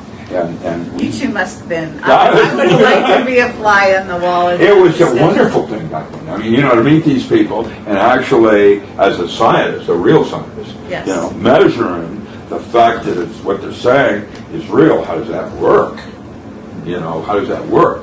And what we're only doing is just now having models that will account for the data. Right. You know, and the fact is, there's 6 space, 7 space, and 8 space, and imagine, you know, we're in 4th grade. While one of us might run faster on the playground, we're all in 4th grade. Sure. Don't have a clue what's going on. I'm just aware that it isn't what I'm sensing. That's, as a scientist, I can prove it. Yeah. Now, if that's true, then what are the possibilities? That's what your wormhole is. The possibilities. Okay. Let's talk about the what I call it the secret space program. Secret space program. That's pretty cool. I always wanted, my bucket list did include Mars. It did? You did? But you never got there. I'm going to be the Mr. Wizard that smokes the pipe. Okay, what does that mean? It means that I'd like to be Mr. Wizard and talk to the children about Mars. That's what it means. Okay. You know, because it's going to be the children that save everything. It's going to be the only ones that have not been contaminated yet. The educational systems are in shambles. Yes. It's an embarrassment. Yeah, sure. And But did there's no it reason ever for occur that. to you that maybe they're beyond educational systems? You know, it used to be, they'd say that it'd take 10% to change the world. Now they're saying it's 5%. Really? Yeah. Really? Really? Just started up. That's my great-grandfather, when he said to Rudolf Steiner, Oh, right. we you are said no you're- longer at war in the physical world. If you want to change the world, you change yourself and the world changes with you. And that's, you know, path working. Yeah. The first steps. Keep a diary. Yeah. Keep a diary. Okay, but just, okay, so, and that's beautiful. But the thing is that your father taught Rudolf Steiner? Isn't this what are you my saying? great-grandfather Great-grandfather. was Rudolf Steiner's teacher, his lodge master. Uh-huh. And he's the one who decided that the lodge was no longer at war in the physical world. Was no longer what? At war with the world on the physical level. That if you wanted to change things, you're not going to do it on the physical level. Okay, but come on. Let's look at mind control. Let's look at population elimination. If anything, they're at war against us. Well, who's them and us? Well, who is? You tell me. I don't know.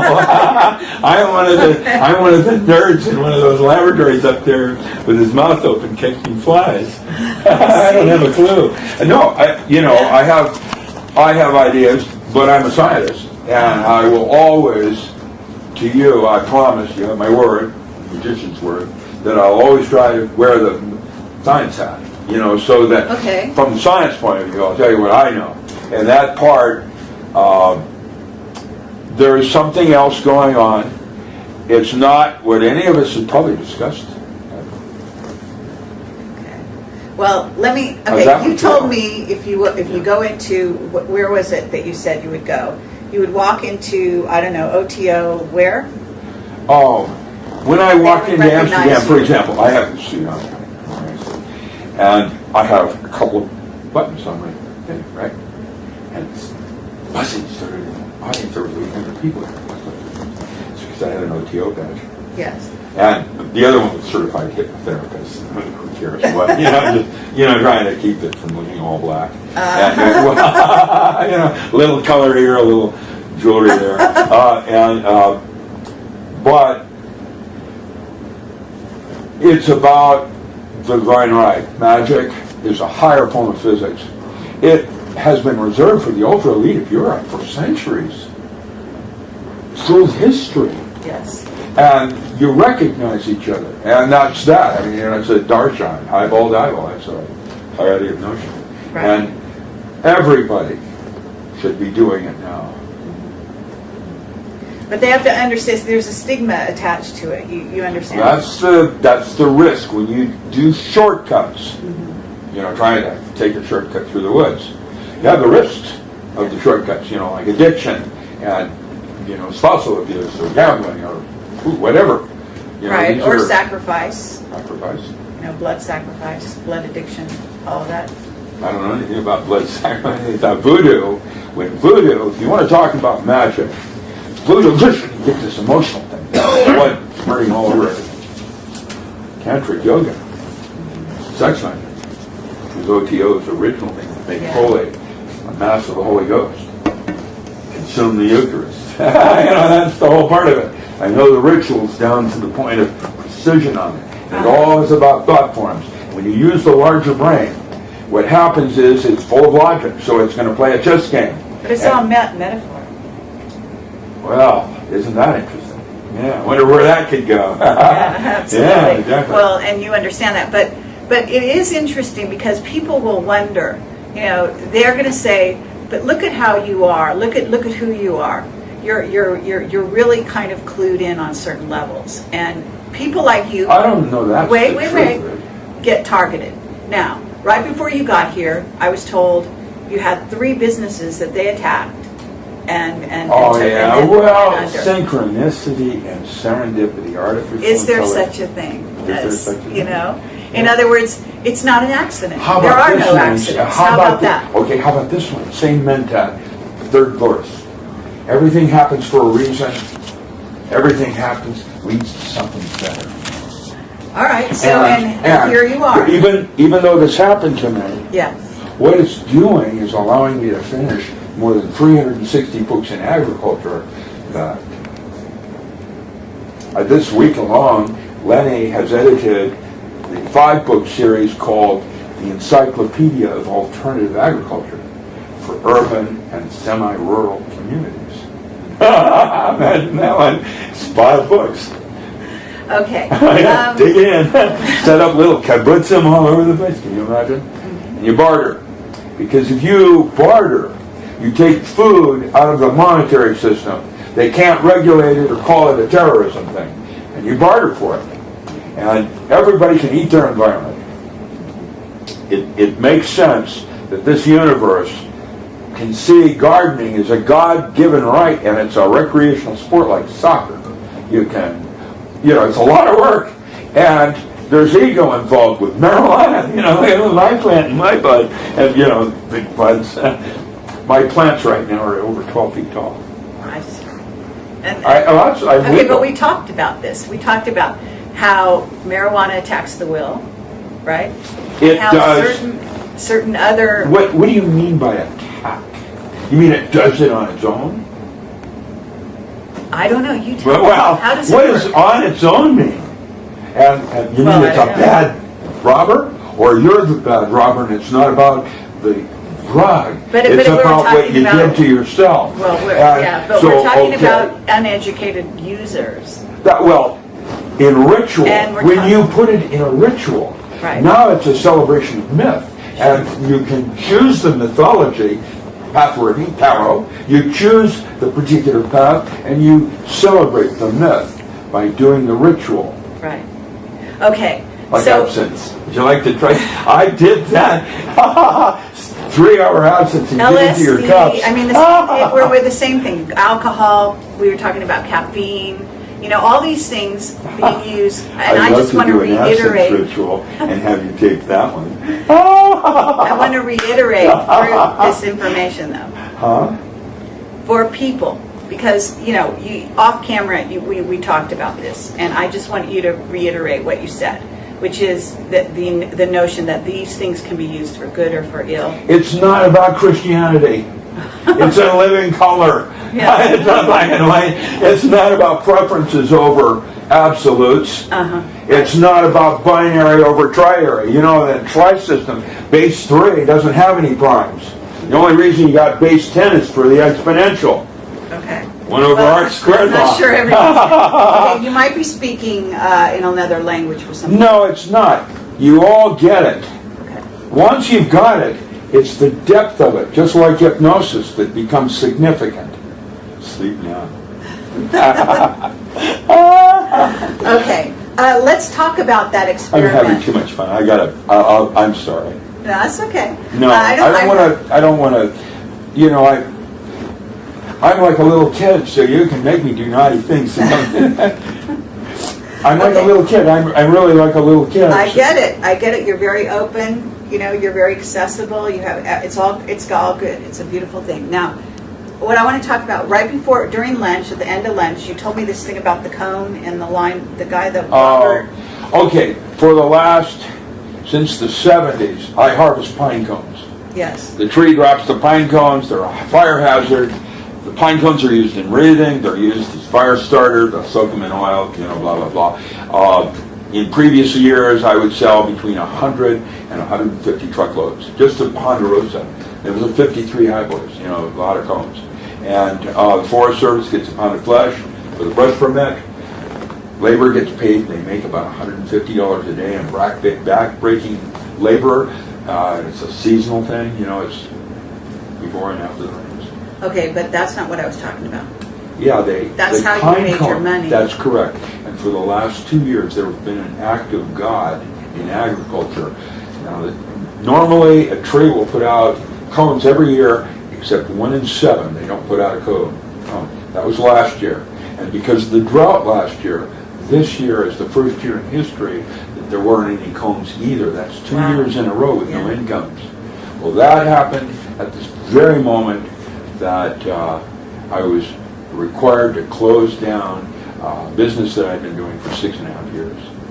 And I'm in negotiations for what they call a no prejudice statement. So I will be very clear in saying that I have come to live to see the day when alternative health has gone the way of big pharma.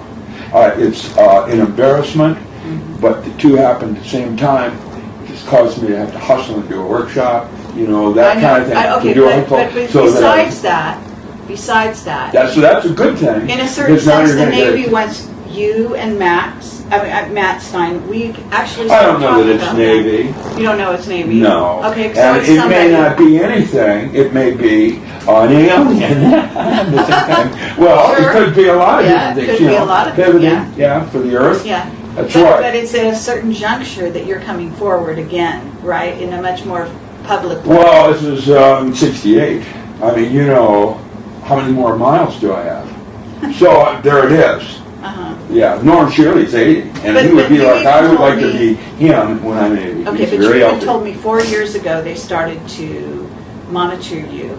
They put I cameras in your had house. someone at one time, 4 years ago, come into my house, unhook my Linux router, go straight into my computer, and I didn't notice that it was unhooked for almost 2 months. After that, cameras went in because they wanted to know who it was. My guess is probably just someone wanting my cone business, which is very lucrative until 2 years ago. Okay, but this is very superficial. I see it a lot different than I know you do, and it's a conspiracy thing or not, and you may never know.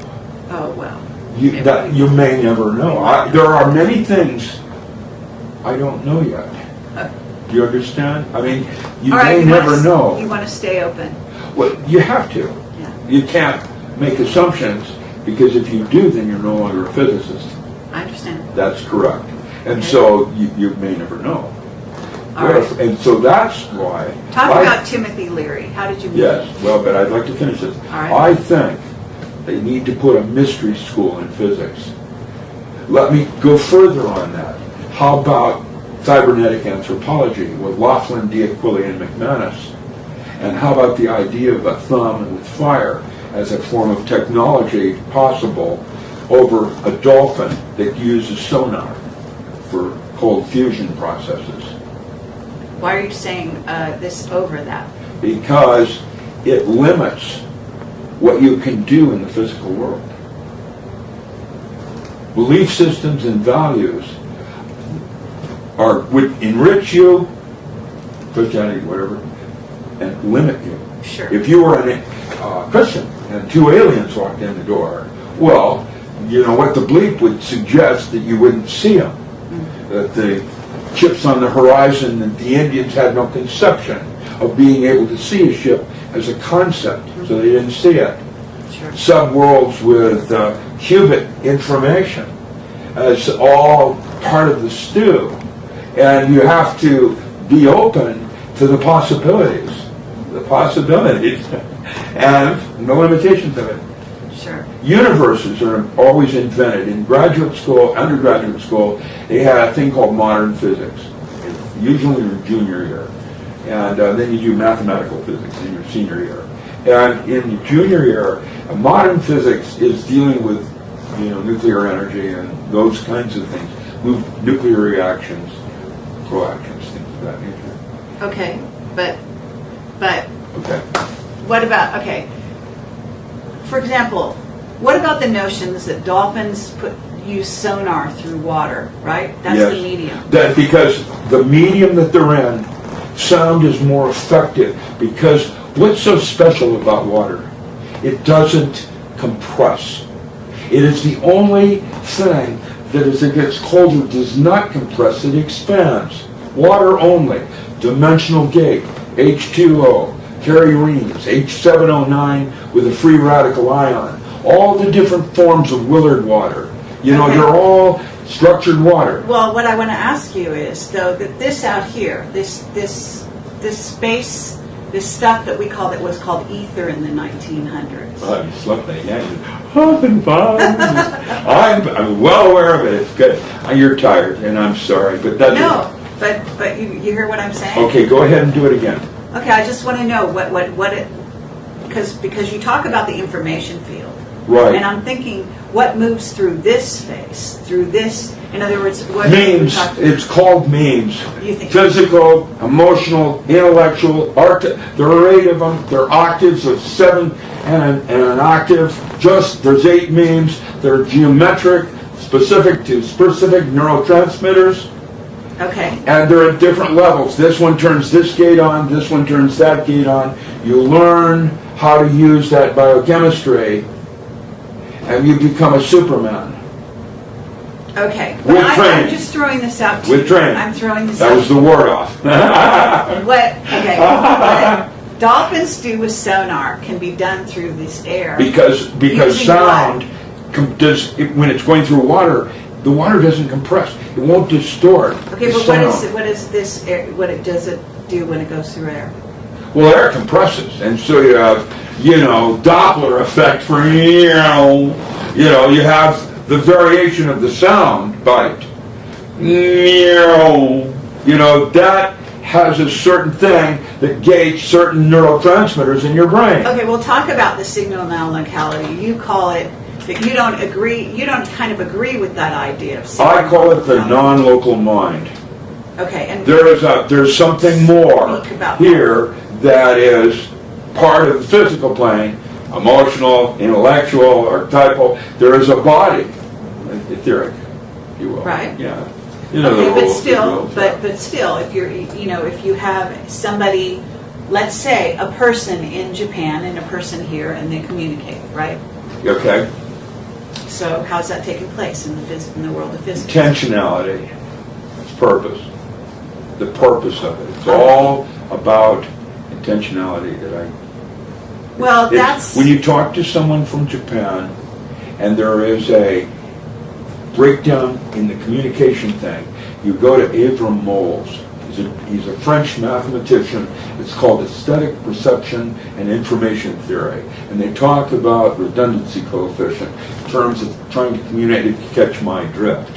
Where you're using idiomatic expressions and automatopoeias. No, I'm talking telepathy. What exactly do you think telepathy is? Mind-to-mind connection. How about, I would suggest something, a possibility of something a little different. Sure. Okay. How about, let me think about this for 1 second. Mind. How about the information is already in your body because it's not about space-time. It's about the way you are storing memory.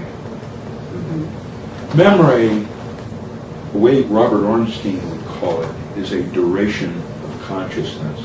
It's the way you have two brains and a new adult, so the way the memory gets stored gives you a sense of time.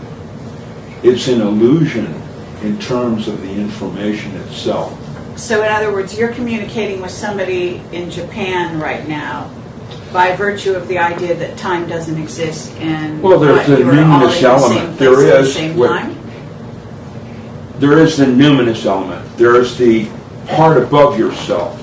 There's the self, and then there's God. Self-realization. Well, that's correct. But there's a hierarchy. There's an ontology of those mystical states. That's John Curtis Gowan. And that's in my second book, by the way. The first book, what I do, this is important. What I'm trying to do is understand each one of these altered states. Like here's where you can do ESP. Okay? Once that gets cataloged, now you have some power tools to go to the second level, which is the power tools book, in using the information that you've learned on how to use these altered states. You can change your sex with neurotransmitters. Just, your preference. You can do that with neurotransmitters. It's not, and you can do that by imaging in your mind's eye. Sure. You can do it as a tool. It's a ritual tool. But this is also where mind control is aiming. Well, I start off my first paper on what the new directions of mind control are, and I ask the question of what the mind is first. Before you can control it, you better have a definition of what you're dealing with, right? So, okay, what is it? Okay, there's the part that's knowable, there's dreams, there's, you can start listing a series of categories. Well, some people say that the mind is a computer.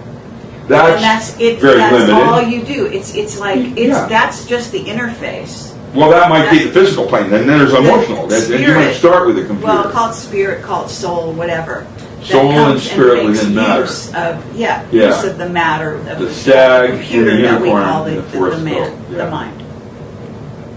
It is all about the mind. The mind and body are part of something more. But that's the interface. See, I would look at it to some degree, if you want to say the holographic universe. Yes. Where, or even a virtual reality, let's say, because we think of it in these days, is you would go in and you would be an avatar in a computer game.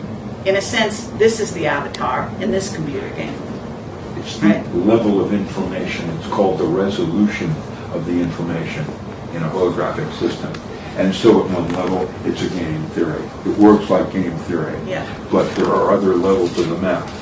And with those are the possibilities. And that's the part that's exciting for me, the possibilities of what the mind's capable of. Sure. Okay. Now, I need a break too. We're going to have to take a break. We'll see where we're at. Yeah. I'm sorry I'm stale right now. No, you're doing a great job. Yeah, but awesome. I'm not. We'll come back. back. They're snippets. We'll come there. back to Yeah. it. I know when I'm on. So tomorrow we'll come back to this. All right? Because Alan Watts was one of my teachers also, and I'm going to try to bring some of his extremely important concepts in.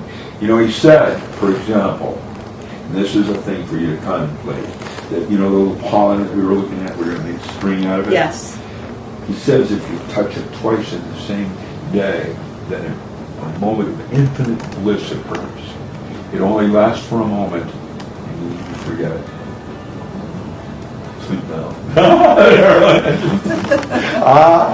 Okay. All right. We're going to try to pick this up at another point. I want to thank you for spending some time with me, and it's been a joy.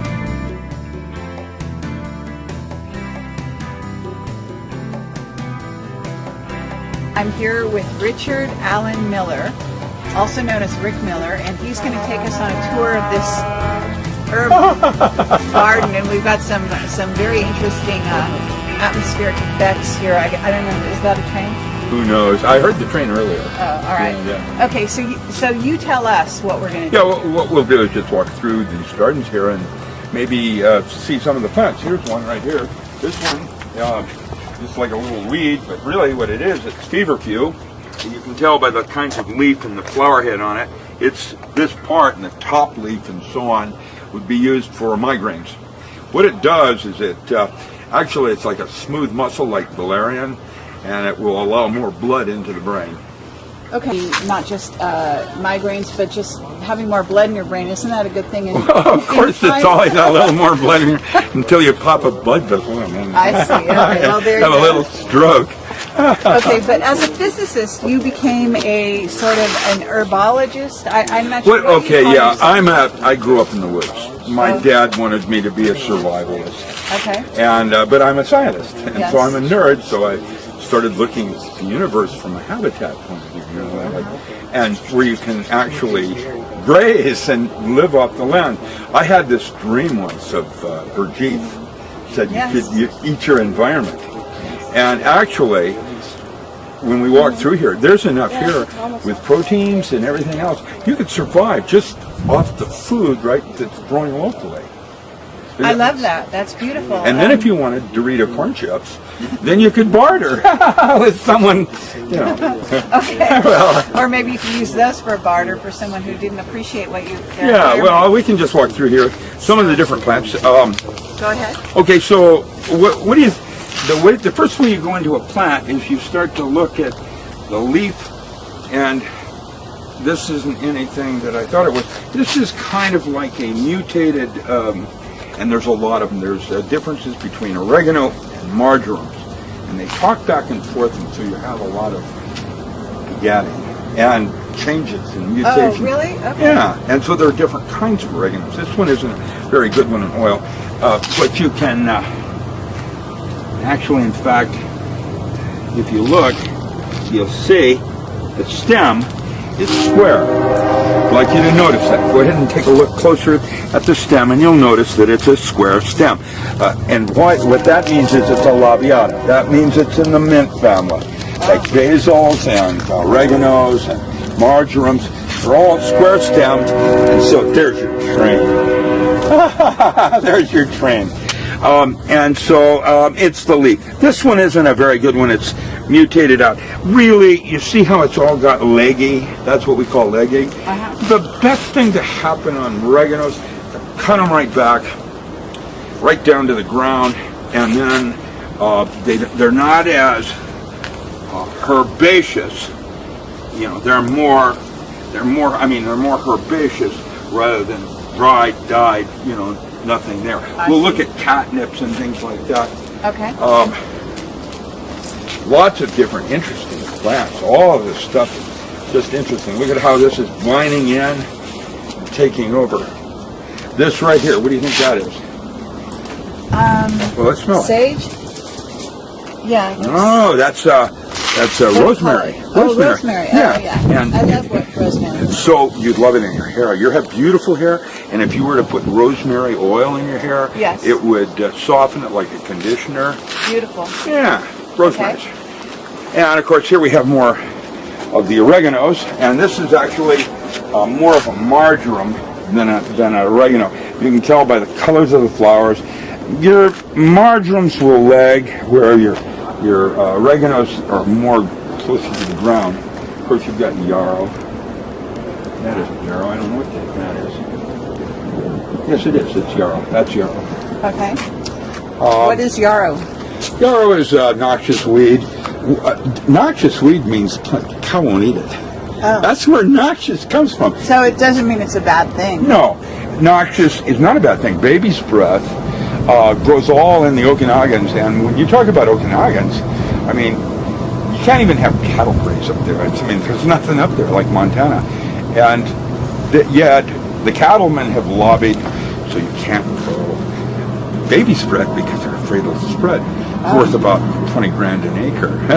You know, imagine doing that as a cash crop. Wow. You can make a living on that doing flowers. Yeah. Yeah, and especially if you chose to grow this baby's breath over that one. You know, the Bristol fairies are the primary ones. You got those little tiny leaf ones. You know, the paniculata. That's the one you really like because everybody gets married with that one. So. About mullein. It's a biennial. That means the first year has a very small leaf, and then the second year it'll grow to 6 or 7 feet tall, and it's used as an expectorant for eardrops, taking water out of the ear. Huh. It's an expectorant. It pulls water out of things. Huh. Yeah. Okay. I know. It's just, we'll just walk around. They've got plants growing here that have food on them. Look at here. Here's a real strange plant. Roma tomato. There's your, yeah. And love Roma looks like tomatoes. we're going to have some more. Which and I like the Romas because, of course, they have a lot more meat to them rather than juice. Yeah. They're sweet. That's your bricks of sugar. Mm-hmm. So this is an edible. What do you think this is? It looks like a holly leaf. Yeah, it does. Okay, so this is a Barbarus aquifolium. Blueberries, these blues, are used to make pectin or jam. It's almost pure pectin.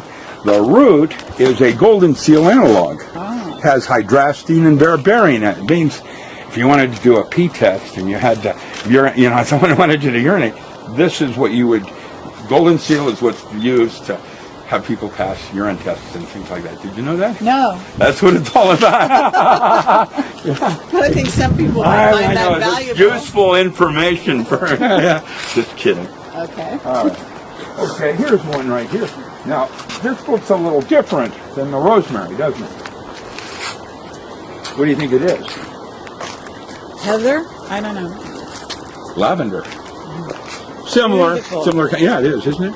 And lavenders, when we grew them down, on the Klamath, I did about 40 acres. Oh, yeah? Yeah. Farming, you remember on that garden? Fabulous. Yeah, they'll get about. But what are you using it for? Lavandines are food processing. A lot of foods use lavender oils and lavandines. That's a certain kind of an oil that will be used in cooking. But they're also good for other things, What? For occult. Okay, let's go there. That's what you want to do? No, I'm just saying. Well, get Stevie Nicks in and we'll have a little witch party. Yeah. It is lavender, right? Lavender wands, what they used to do is they braid them in with, remember how they make lavender wands where what you're trying to do is, what you're smelling is an odoriferous molecule. That means it goes into the air, and you can smell it from a distance. Yes. If it's going in the air, that means it's losing it. It's gone to the Lord. So what you're trying to do is you often would fix things. Now, how would you fix an oil so it didn't disappear? Glue. And you use, like cottonwood has, the cottonwood has, you know, the little things floating in the air, Yes. cottonwood. But they also have balm of Toledo bud. The bud that's off of is real sticky. You mix the sticky in with the plant, it holds the molecule, and so when you touch it, you can smell it, but it isn't gone. And then also put it into the oil, right? That's correct. That's how you fix the oil. Okay. Yeah. Well, I'm just, you know, basics. It's real simple when you start to get, and so what I'm going to try to do is give you a sense of it so that even when you don't know what it is, you have ways to find out what kind of a mushroom it is.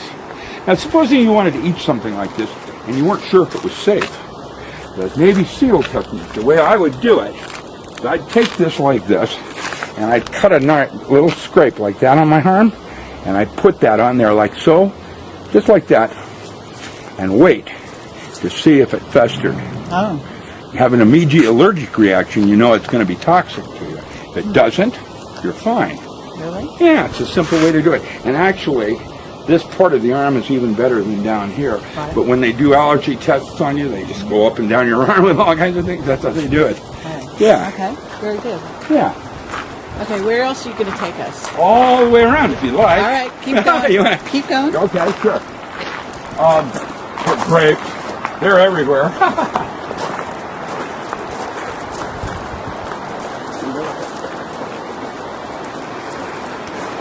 Amaranth. This is edible. These seeds, this is grains. Like you can actually make it. They won't be as good as that bar you just eat on. And you have things like asparagus and the rotten apple. That's because apple trees everywhere. And this, you twist it, and if you leave if the stem is still in there, then it's still good. And what you'll normally do is cut it in half to look at the water core inside to see if it's got lots of sugar or not. And I don't have a knife on me. I used to, where I go click, click, click, click, click, like Armando's knife, and then I slice it through. Yeah, that should be a good apple. Not even sure what kind of an apple it is. And we know it's pretty good because there's other things eating it. Well, that's how I check it out. Oh, yeah? Yeah. See what else eats it. You know the butterflies? Yeah. What's so beautiful is right now they're mating. And watch when they pair together like that, and they'll go up into a tantric dance. And that's what you're seeing right then, right there. Just like. Yeah. And you can get down right into the plants, and you start to see strawberries. Oh, yeah. Yeah. But you don't notice, people don't even notice them, but here they are. And you got your California poppy. Yeah. All the different things like that. And alliums. This is an onion of some kind. See, and all the seed on that, you want to collect that. You could collect that seed, and you can see the seed in there, and that would all turn into more onion plants. And off it goes.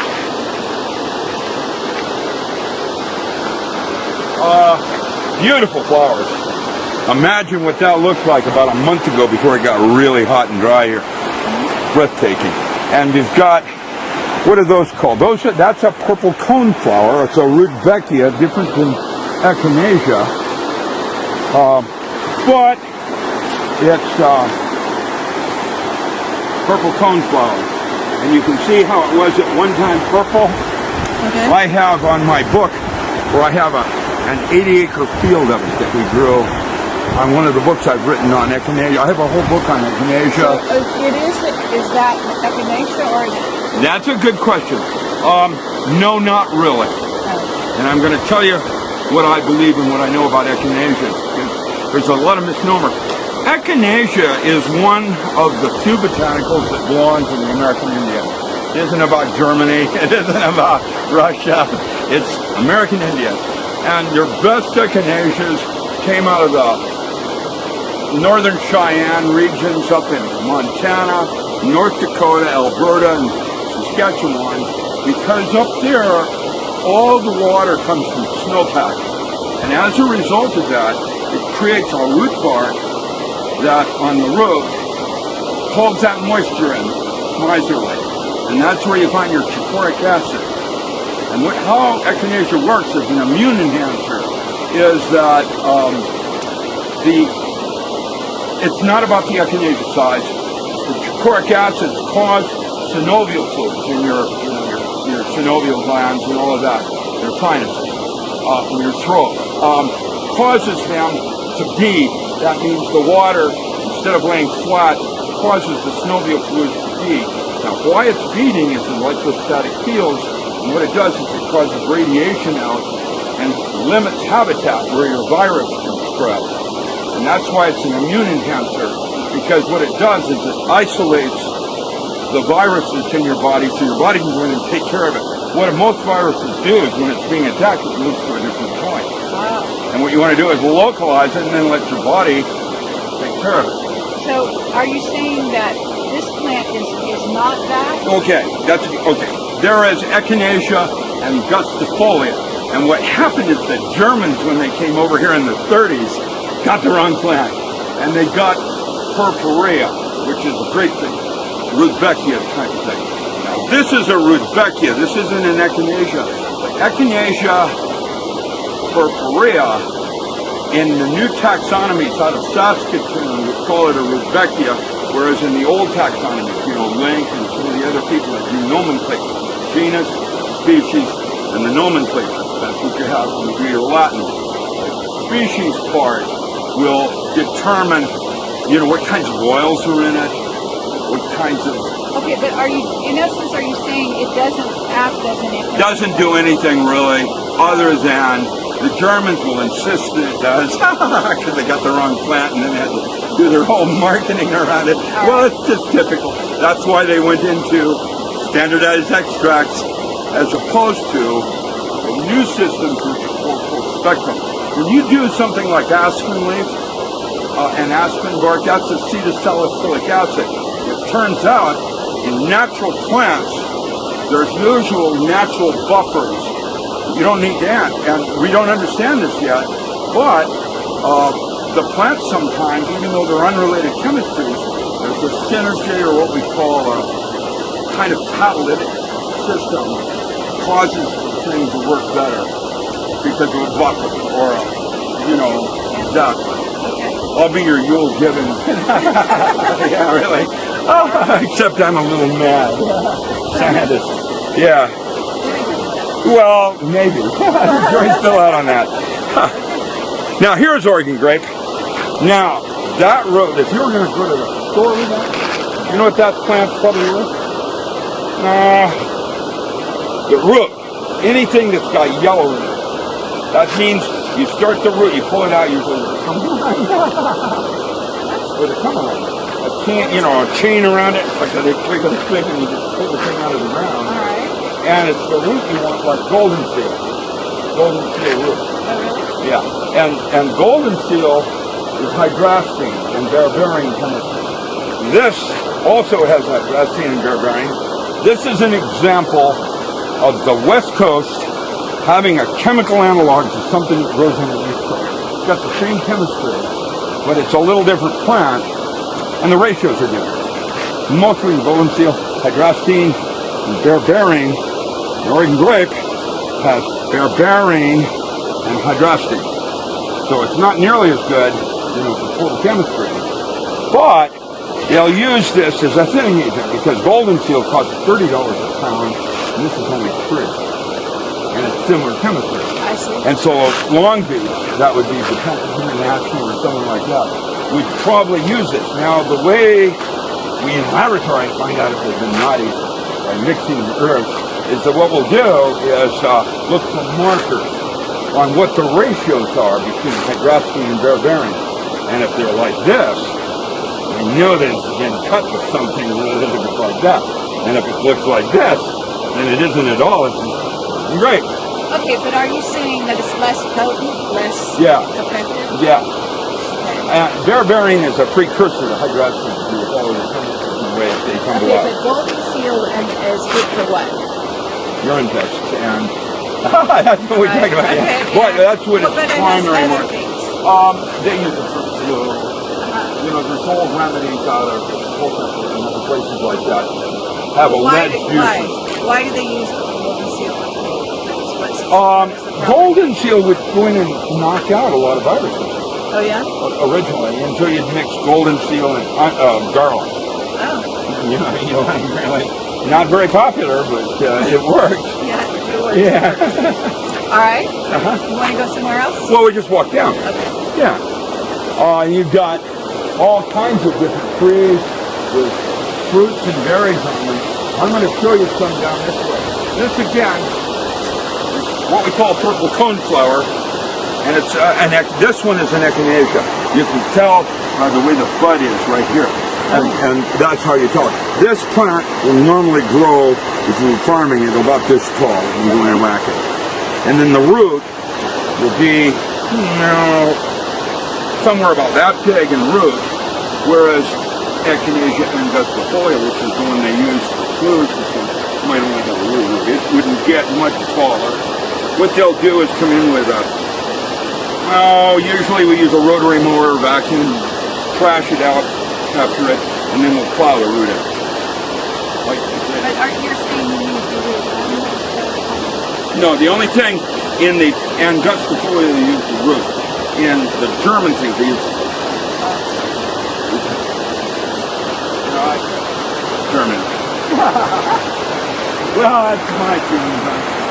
We're better, in my opinion. And here we got, more different kinds of. So that would tell me it's got oils. And look, there you have the square stem. No, this is not. This is different. No. I'm going to let you look that one up. Yeah. What do you think that one is?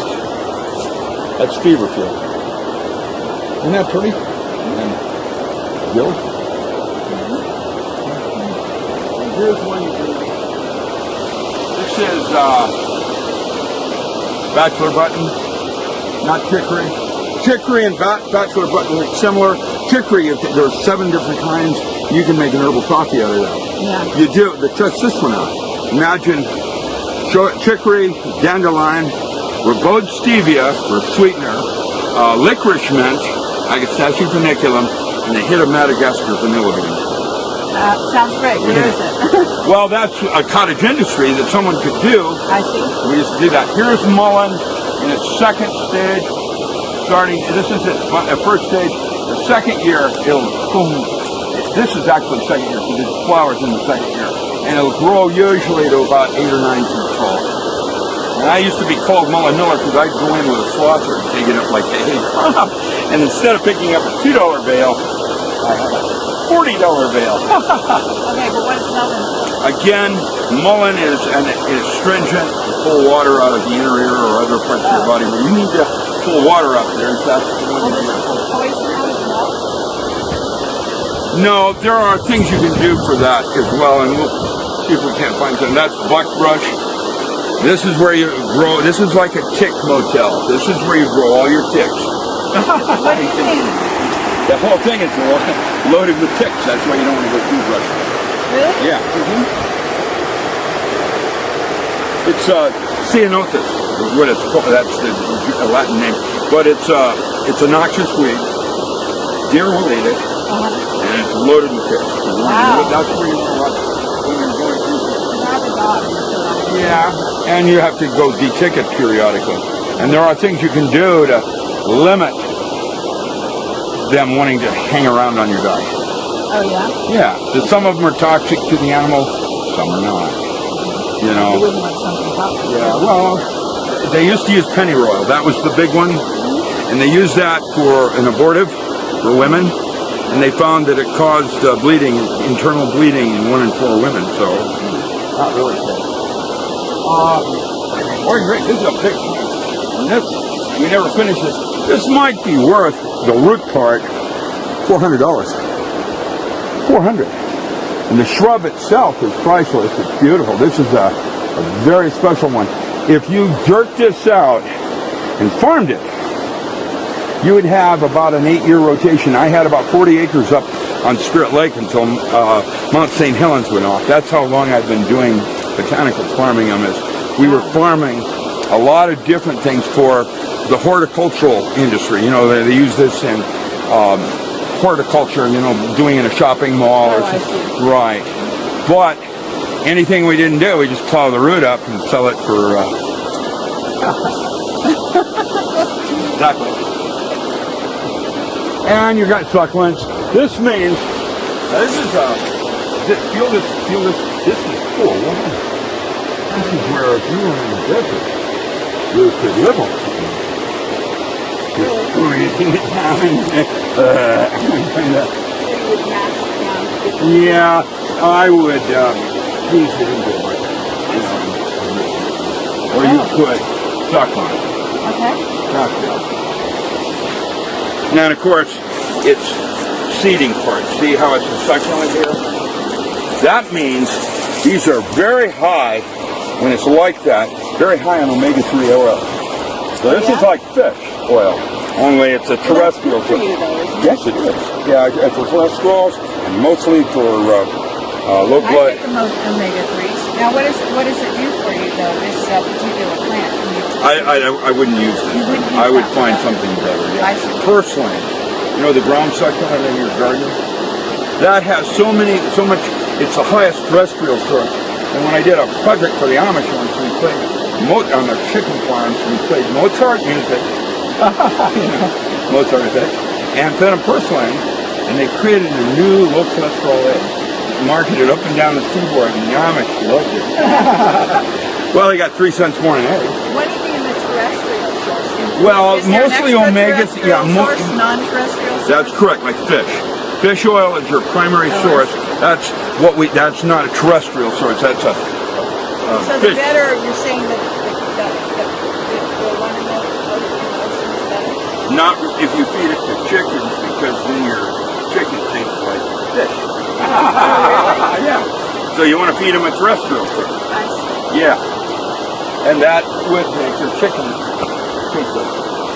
And you use, there's some marigolds here and some others that you'll use to model the meat. The meat of fowl, that's why they call it fowl, is modeled. And so they'll use marigolds, those ancestral dyes, into dyeing the yolk and making the meat of the chicken more meat on texture, like kind of tender. And it looks more edible. Yeah. Oh my, look at here. What do you think this is? Now this... More lavender? No. Because lavender has a square stem. This, I don't know what this is. I cut myself when I did my little Well, stretch. then, is this metal? Yes. Thank you for helping. Now wait 1 second here. Isn't this juniper? Yes, it is a type of juniper. That means it's extremely water greedy down here, down on the river. And But is it good for anything? oh, you can make gin. Gin? Yeah, juniper. Really? Yeah, that's where all your gin mills are around juniper plants. The juniper berry is brought in a gin. Unless you do vodka and then you do potatoes. Well, you're talking about the sugars in it. What is this plant? That is a Japanese lantern. Look at here. They've got. All right. Little seed pods. They're beautiful, aren't they? Yes. Yeah. And what is it? Nothing. Nothing. It looks nice. Just Yeah, ornamental. Well, I mean, you know, food can be all kinds of food. You don't have to eat it. It has to be food, but it's everything. You know? There you go. This one's interesting. I honestly see. There's one I don't know. Well, maybe. and the pollens and all the rest of it. It's all beautiful plants. You know, if it just took more time to see what you're looking at, just find all kinds of things. So what is that? I don't know. That's why I'm interested. But I'll bet, look at how this is. Now watch what I'm doing. I'm twisting it. I'm going to make, look at this, it's like cotton. You make fiber out of that. You can make some clothing. You learn how to spin that right, and you can spin it into itself, and now you've got this rope, other chemicals like that. Is this the kind of thing you wanted me to do? I didn't know what you wanted me to do. I have a plan for you, but we wanted to go through the garden. Well, I like being out here. I'd rather be in here than out there. I know. We're going to talk serious stuff later. Okay, and you got junipers. Not junipers, Eucalyptus. yes, eucalyptus. I love eucalyptus. And the problem is, that leaf right like that, see how that came off like that? Eucalyptus leaf, will begin to compost within 20 minutes. It'll start to heat up. But this is probably a hybrid, not a... Yeah, right. You can tell because it doesn't have much oil in it. Yeah, and it also, the shape of the leaf is not... A little different. There are different kinds of eucalyptus. Mostly, down in California, they'll log this out and put in a rice field or something. Why? Rice is more money on the land. No, this but when, is a junk I tree. see. You can put There's rice no in. commercial. Most of your eucalyptus comes from Spain. Can't compete with that labor. So we don't do eucalyptus oil per se. That was one of the studies I did in Donai Haas, and we didn't get very far with it. But this has got character to it, so it does. Well, you know, everything has its purpose. Yeah. Down on the other side over here, there's all kinds of apples and apricots, and it's just a garden. Anyway, that's enough for you to tape up. Does that work for you? Yeah, that works for me, and We can do more much. of this later if you want, in different Beautiful. topics. Yeah. What I like is the biodiversity part of it. You know, where you got more than one thing to do.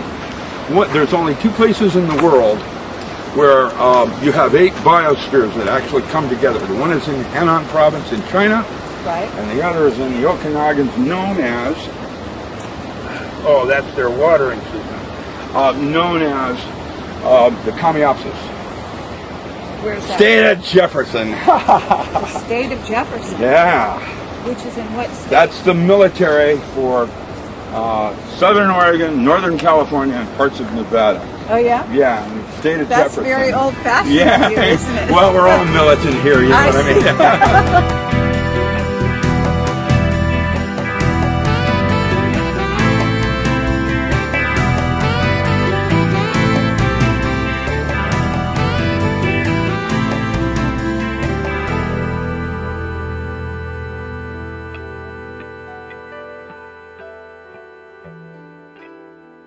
Thing, and you have a sovereign base, and actually gardening is a recreational sport.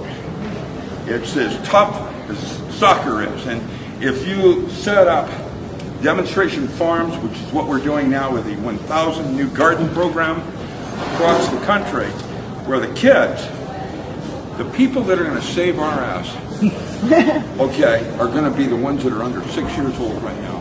And I'm telling you that right up front. That's how it's going to work. All of you in the educational systems have gone to the point where it's not going to happen any other way. It's going to be the young kids that do it. And so I'm going to be Mr. Wizard. And today, kids, we're going to learn how to germinate marijuana seed. I'm just kidding. But that's the basic concept of changing mentality, of values, and the importance of belief systems, and not to use them as drivers. Hi, I'm Carrie Cassidy from Project Camelot, and we are here with Richard Allen Miller. He's a physicist and an explorer of consciousness, and probably a master magician. Magus is what they call him. And Oh no! I just hate it when you do that. And I'm going to say that it probably in some ways you're kind of like the original Doctor Who.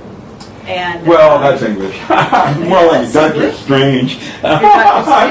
And you're probably also maybe the Aleister Crowley of this. No, I'm going to be part of a group of magicians that will try to show how, at this moment in time, changing lifestyles can be, you can use systems like magic. Magic's a higher form of physics. It's breaker 17. Come on, can you imagine that in the 1800s? They wouldn't get it.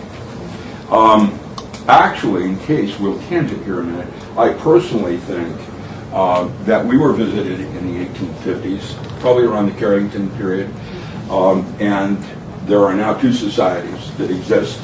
That one has space travel and one that does not. I have seen top secret documents when I worked at Boeing indicating that we were off to Mars before we even thought about the moon. Moon didn't have any cheese. There was nothing there for us. Maybe there's a secret base or something. I don't know about that part. Right. I don't. But what I do know is it's a gravity well, and if you're going to do anything in space, satellites, system defense, whatever, you do it from L5 positions, not on the moon. And that moon costs money. There's nothing there to work with. Mars has water. In fact, I'm going to put it on my website, just a little visual so everybody gets it. Earth and the moon, and right in the middle they had a little dot, and that's the amount of water that's on the Earth. And then, because of the recent landings, we now know how much water literally is on Mars, and put that little dot there next to our dot, it's bigger. Mars is much smaller. It's a water planet. And All right. and here we are. Well, how many centuries and we've been thinking it's No, but correct me if I'm wrong. Wasn't Mars a water planet? well, that's mythology and the asteroid belt and the blah blah blah. You don't believe that? You don't believe that it ended up to be sort of almost... Doesn't matter about the math and the explanations. It's 50% of everything starts right here in the mind's eye and is outward. Now, once we do that, I'll take you through some guided imaging. It turns out that there's a state, you have a whole series of consciousnesses. And you have tweaking, paranoia, etc. There's a space right there where your ability in guessing increases over 400 times where you are right now. This means it's beyond space and time. I was at Mission Control when I did Edgar Mitchell's experiments. And we discovered that was what I did. And this book was dedicated to Dr. Milan Riesel. I was the one that debriefed him when he defected from Yugoslavia and had developed some concepts on what ESP is and what it is not. What Matt has done is made it a better way of expressing it so that everybody gets it. It's critical decision-making power tools. What I have a second book coming out on the 8 protocols that I developed for Navy SEALs to make a Superman, and that includes biofeedback, brain drivers, learning how to do continuous breathing. Imagine you come in and you slap someone, but you came in and kept that for 6 minutes breathing. Now the kinds of energy that you can do through your body with breath control is outstanding. One of the other power tools is like the difference between Hangao, where you're boxing, and where you do it in slow motion, which is called Tai Chi. If you are trained correctly, it's all about breath control, and you start to hallucinate so that when you're boxing, you can experience the perfectness of the movement so that you can come through, and you're doing it fast. You experience it as slow because you're hallucinating. It's a technique that we learned where you're not losing consciousness, you're holding an edge on it so that you have the control of your perception of time. Sorry about that. I'm animated, so I walk around a lot. Basically, these tools can be used for your own personal evolution.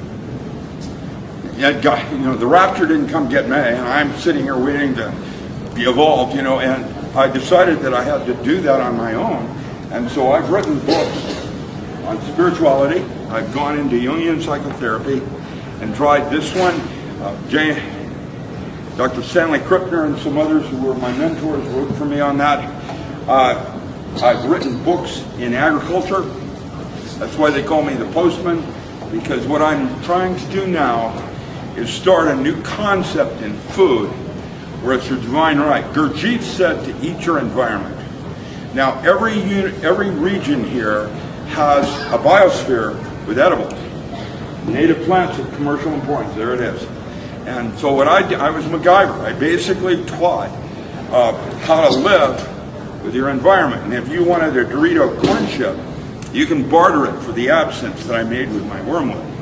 See, that's how it's going to work. Because if you take it off the monetary system, now that changes everything, because now the government can't regulate you as a terrorist growing food for profit. And Monsanto can't come at you with their GM.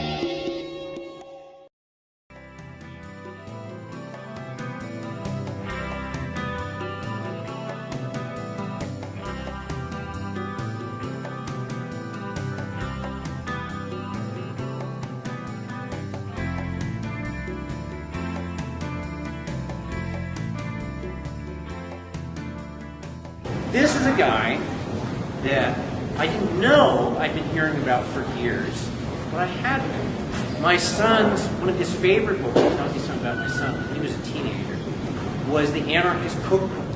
Now, the Anarchist Cookbook has one official author on there, but there were two unofficial co-authors.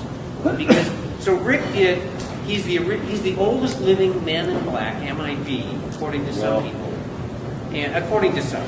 Well, Duncan, yeah. And he is the original Mulder from the X-Files. He was Navy SEAL trainer in Black Ops operation for the Navy.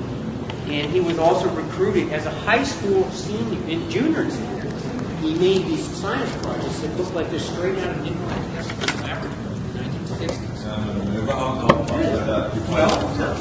1960s. One of his science projects done on the Venus probe, Mariner probe? Mariner, it was Mariner. Yeah. Was that Mars or Venus? It was Mariner, fly by Mars. In my junior year, I came up with a new meson field theory, which talked about the muon. At that time, we called it a meson. That's a subatomic particle. But now it's considered an elementary particle, and is the particle that is responsible. Now, this is a junior in high school. This is a responsible. His dad worked for Boeing. Yeah, for cold fusion. It's how we now understand how cold fusion works with muons. So as a junior in high school, his science project ends up getting on the Mariner probe to fly by Mars to see if there's water on Mars. Right now, as of last week. Now, Rick, you got to let me introduce him. Okay. Well, it doesn't matter. Then he got recruited by the Navy, and after a number of years in there and working on their mind control stuff, chip implants, Men in Black kind of stuff, he finally decided that it wasn't for him, and he bailed into the world of alternative agriculture and doing medicinal and pharmaceutical herbs and teaching people how to make herb crops for profit all around the world. So he became one of the foremost people in horticulture to grow medicinal herbs for profit. Okay, well, we'll start from there. Bill Mollison, I was the one that brought Bill Mollison in. Without that, I'm going to turn it over to Rick. Okay. I've said enough about his introduction. There you go. Okay, so what I'm doing on Sunday will be basically the same training I did Navy SEALs 1974. Can you imagine? And I'm going to do it again for civilians, and I'm going to do it just like I would have done Navy SEALs. And basically what I'll do is take a baseline on you, like we did, and then I'll teach you the theory. It's a model for your mind's eye. It doesn't really matter how it works. Once you have it in your mind's eye, you've got it. That's how it works. And I didn't want to bust him, because what had happened with what's his face was Yuri. Uri Geller, was that Geller couldn't do it just at any given moment. Sure. He could do it. Yes. We measured that. We confirmed something's going on here. When he started cheating for ladies and that kind of thing, where the ego was involved, we caught him.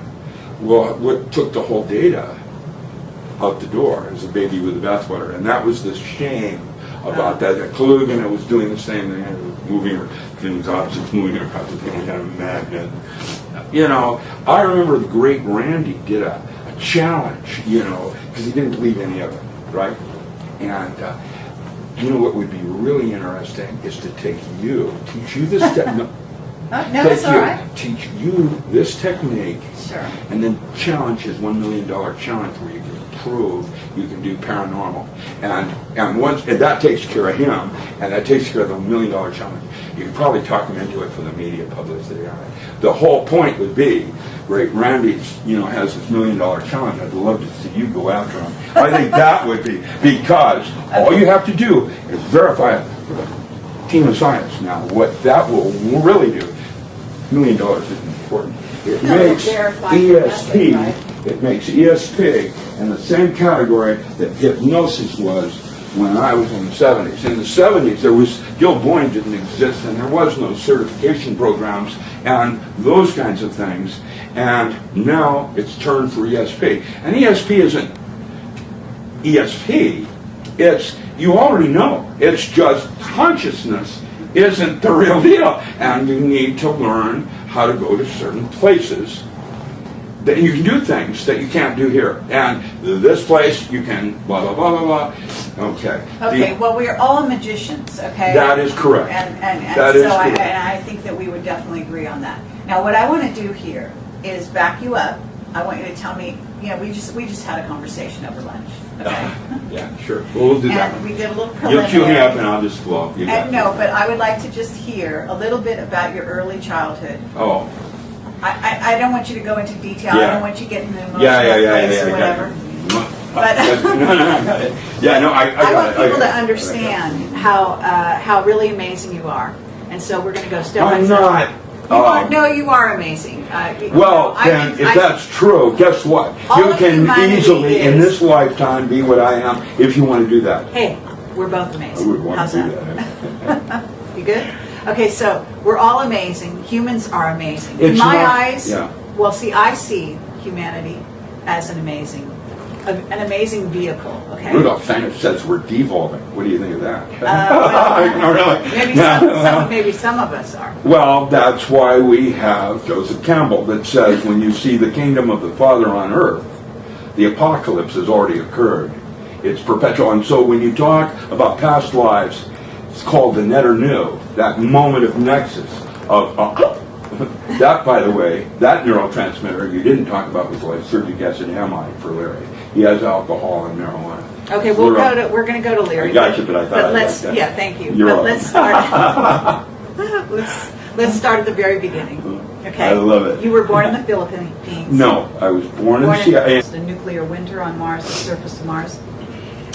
I don't know. I hadn't talked to any of my past lives there on that one, but I think there is a thing going on here that has nothing to do with Mars, because in fact, the studies I did with military, I saw planet Uranus. This came out of cosmobiology. It was a Yugoslavian project, and I did a 360 at Boeing to try to capture, reproduce their data to see if it was configured right. You know, that kind of Okay. thing. And when the planet Uranus, this was the Department of Interior, Menlo Park, Brent that gave to me, that when Uranus was in a certain position with the Earth and the Sun, there was a 3 sigma error coefficient of earthquakes. So then I had to ask, well, what does the storms on Jupiter mean? What does that mean? It's all in metaphor. And what is your metaphor of the surgical paradigm? Okay. That Gregory Bates, that's the part where we have to look at things not spatially, okay, because that's kind of an illusion of just certain senses. The body has other senses. We're now discovering how birds can flock and migrate because of paracoupling in their eye and being able to see the shifts of the gravity fields, okay, and they know where to fly. Okay, well, what about the idea Man has that too, by the way. Yes. That's what I'm trying to say. Yeah, exactly. So what about the idea that you actually you're following a trajectory that's an inner trajectory? That's correct. There's something else going on Yes. here than the That you physical plane. even We've set missed out the whole point of maybe it. in advance of coming here, so to speak. I don't know. I don't know. I don't. You know, I really I don't know. What I do know is Are it's you a not. precog? I can do anything I want to do, and so can you. In And fact, have I'm you going to done that? teach people how I Sure. got seals to do that. I understand Yeah. Okay, that. but yeah. But you Am I- yourself have done this. Oh yeah, I won the contest. Not the canoe. Carl Wachowski, Llewellyn, 1965, brought Gene Dixon and Sybil Leek and all these people in. It's a record history, and they invited me in to show how the seals do it. Right. And I won it by 3 orders of magnitude type. Top psychic there. I won that psychic tournament. Okay, And it wasn't what about me. It wasn't Ingo about Swan? me. What? Beyond Ingo Swan? Ingo Swan was at that time still in Chicago. I don't remember if Ingo Swan was there or not. I know that there were several others. How about Gripner. Pat Price? Did you know Pat Price? No, I don't know. I didn't know the people. I was a new. Hal Pudoff, you went to Hal SRI. Pudoff was older. I mean younger. He was younger. He was a younger generation. We're talking 1985. Hal Pudoff's younger than you? I don't know how old Hal Pudoff is. I thought that thought he was older. well, he was at SRI in the 80s, not the 70s. True. I was doing the 70s. I see. That's what I meant by, I don't know how old he is. I worked with Tiller and Puharich is who I worked with. Okay. You know, and Yeah, Puharich. You mentioned him a number of times. well, Puharich was one of my teachers, and he was. What about Yuri Geller? Did you work with him? Yuri Geller was his protege, and I was the one that busted Yuri Geller at SRI. I caught him cheating, Really? and it broke Puharich, and Puharich was my teacher. It's like someone I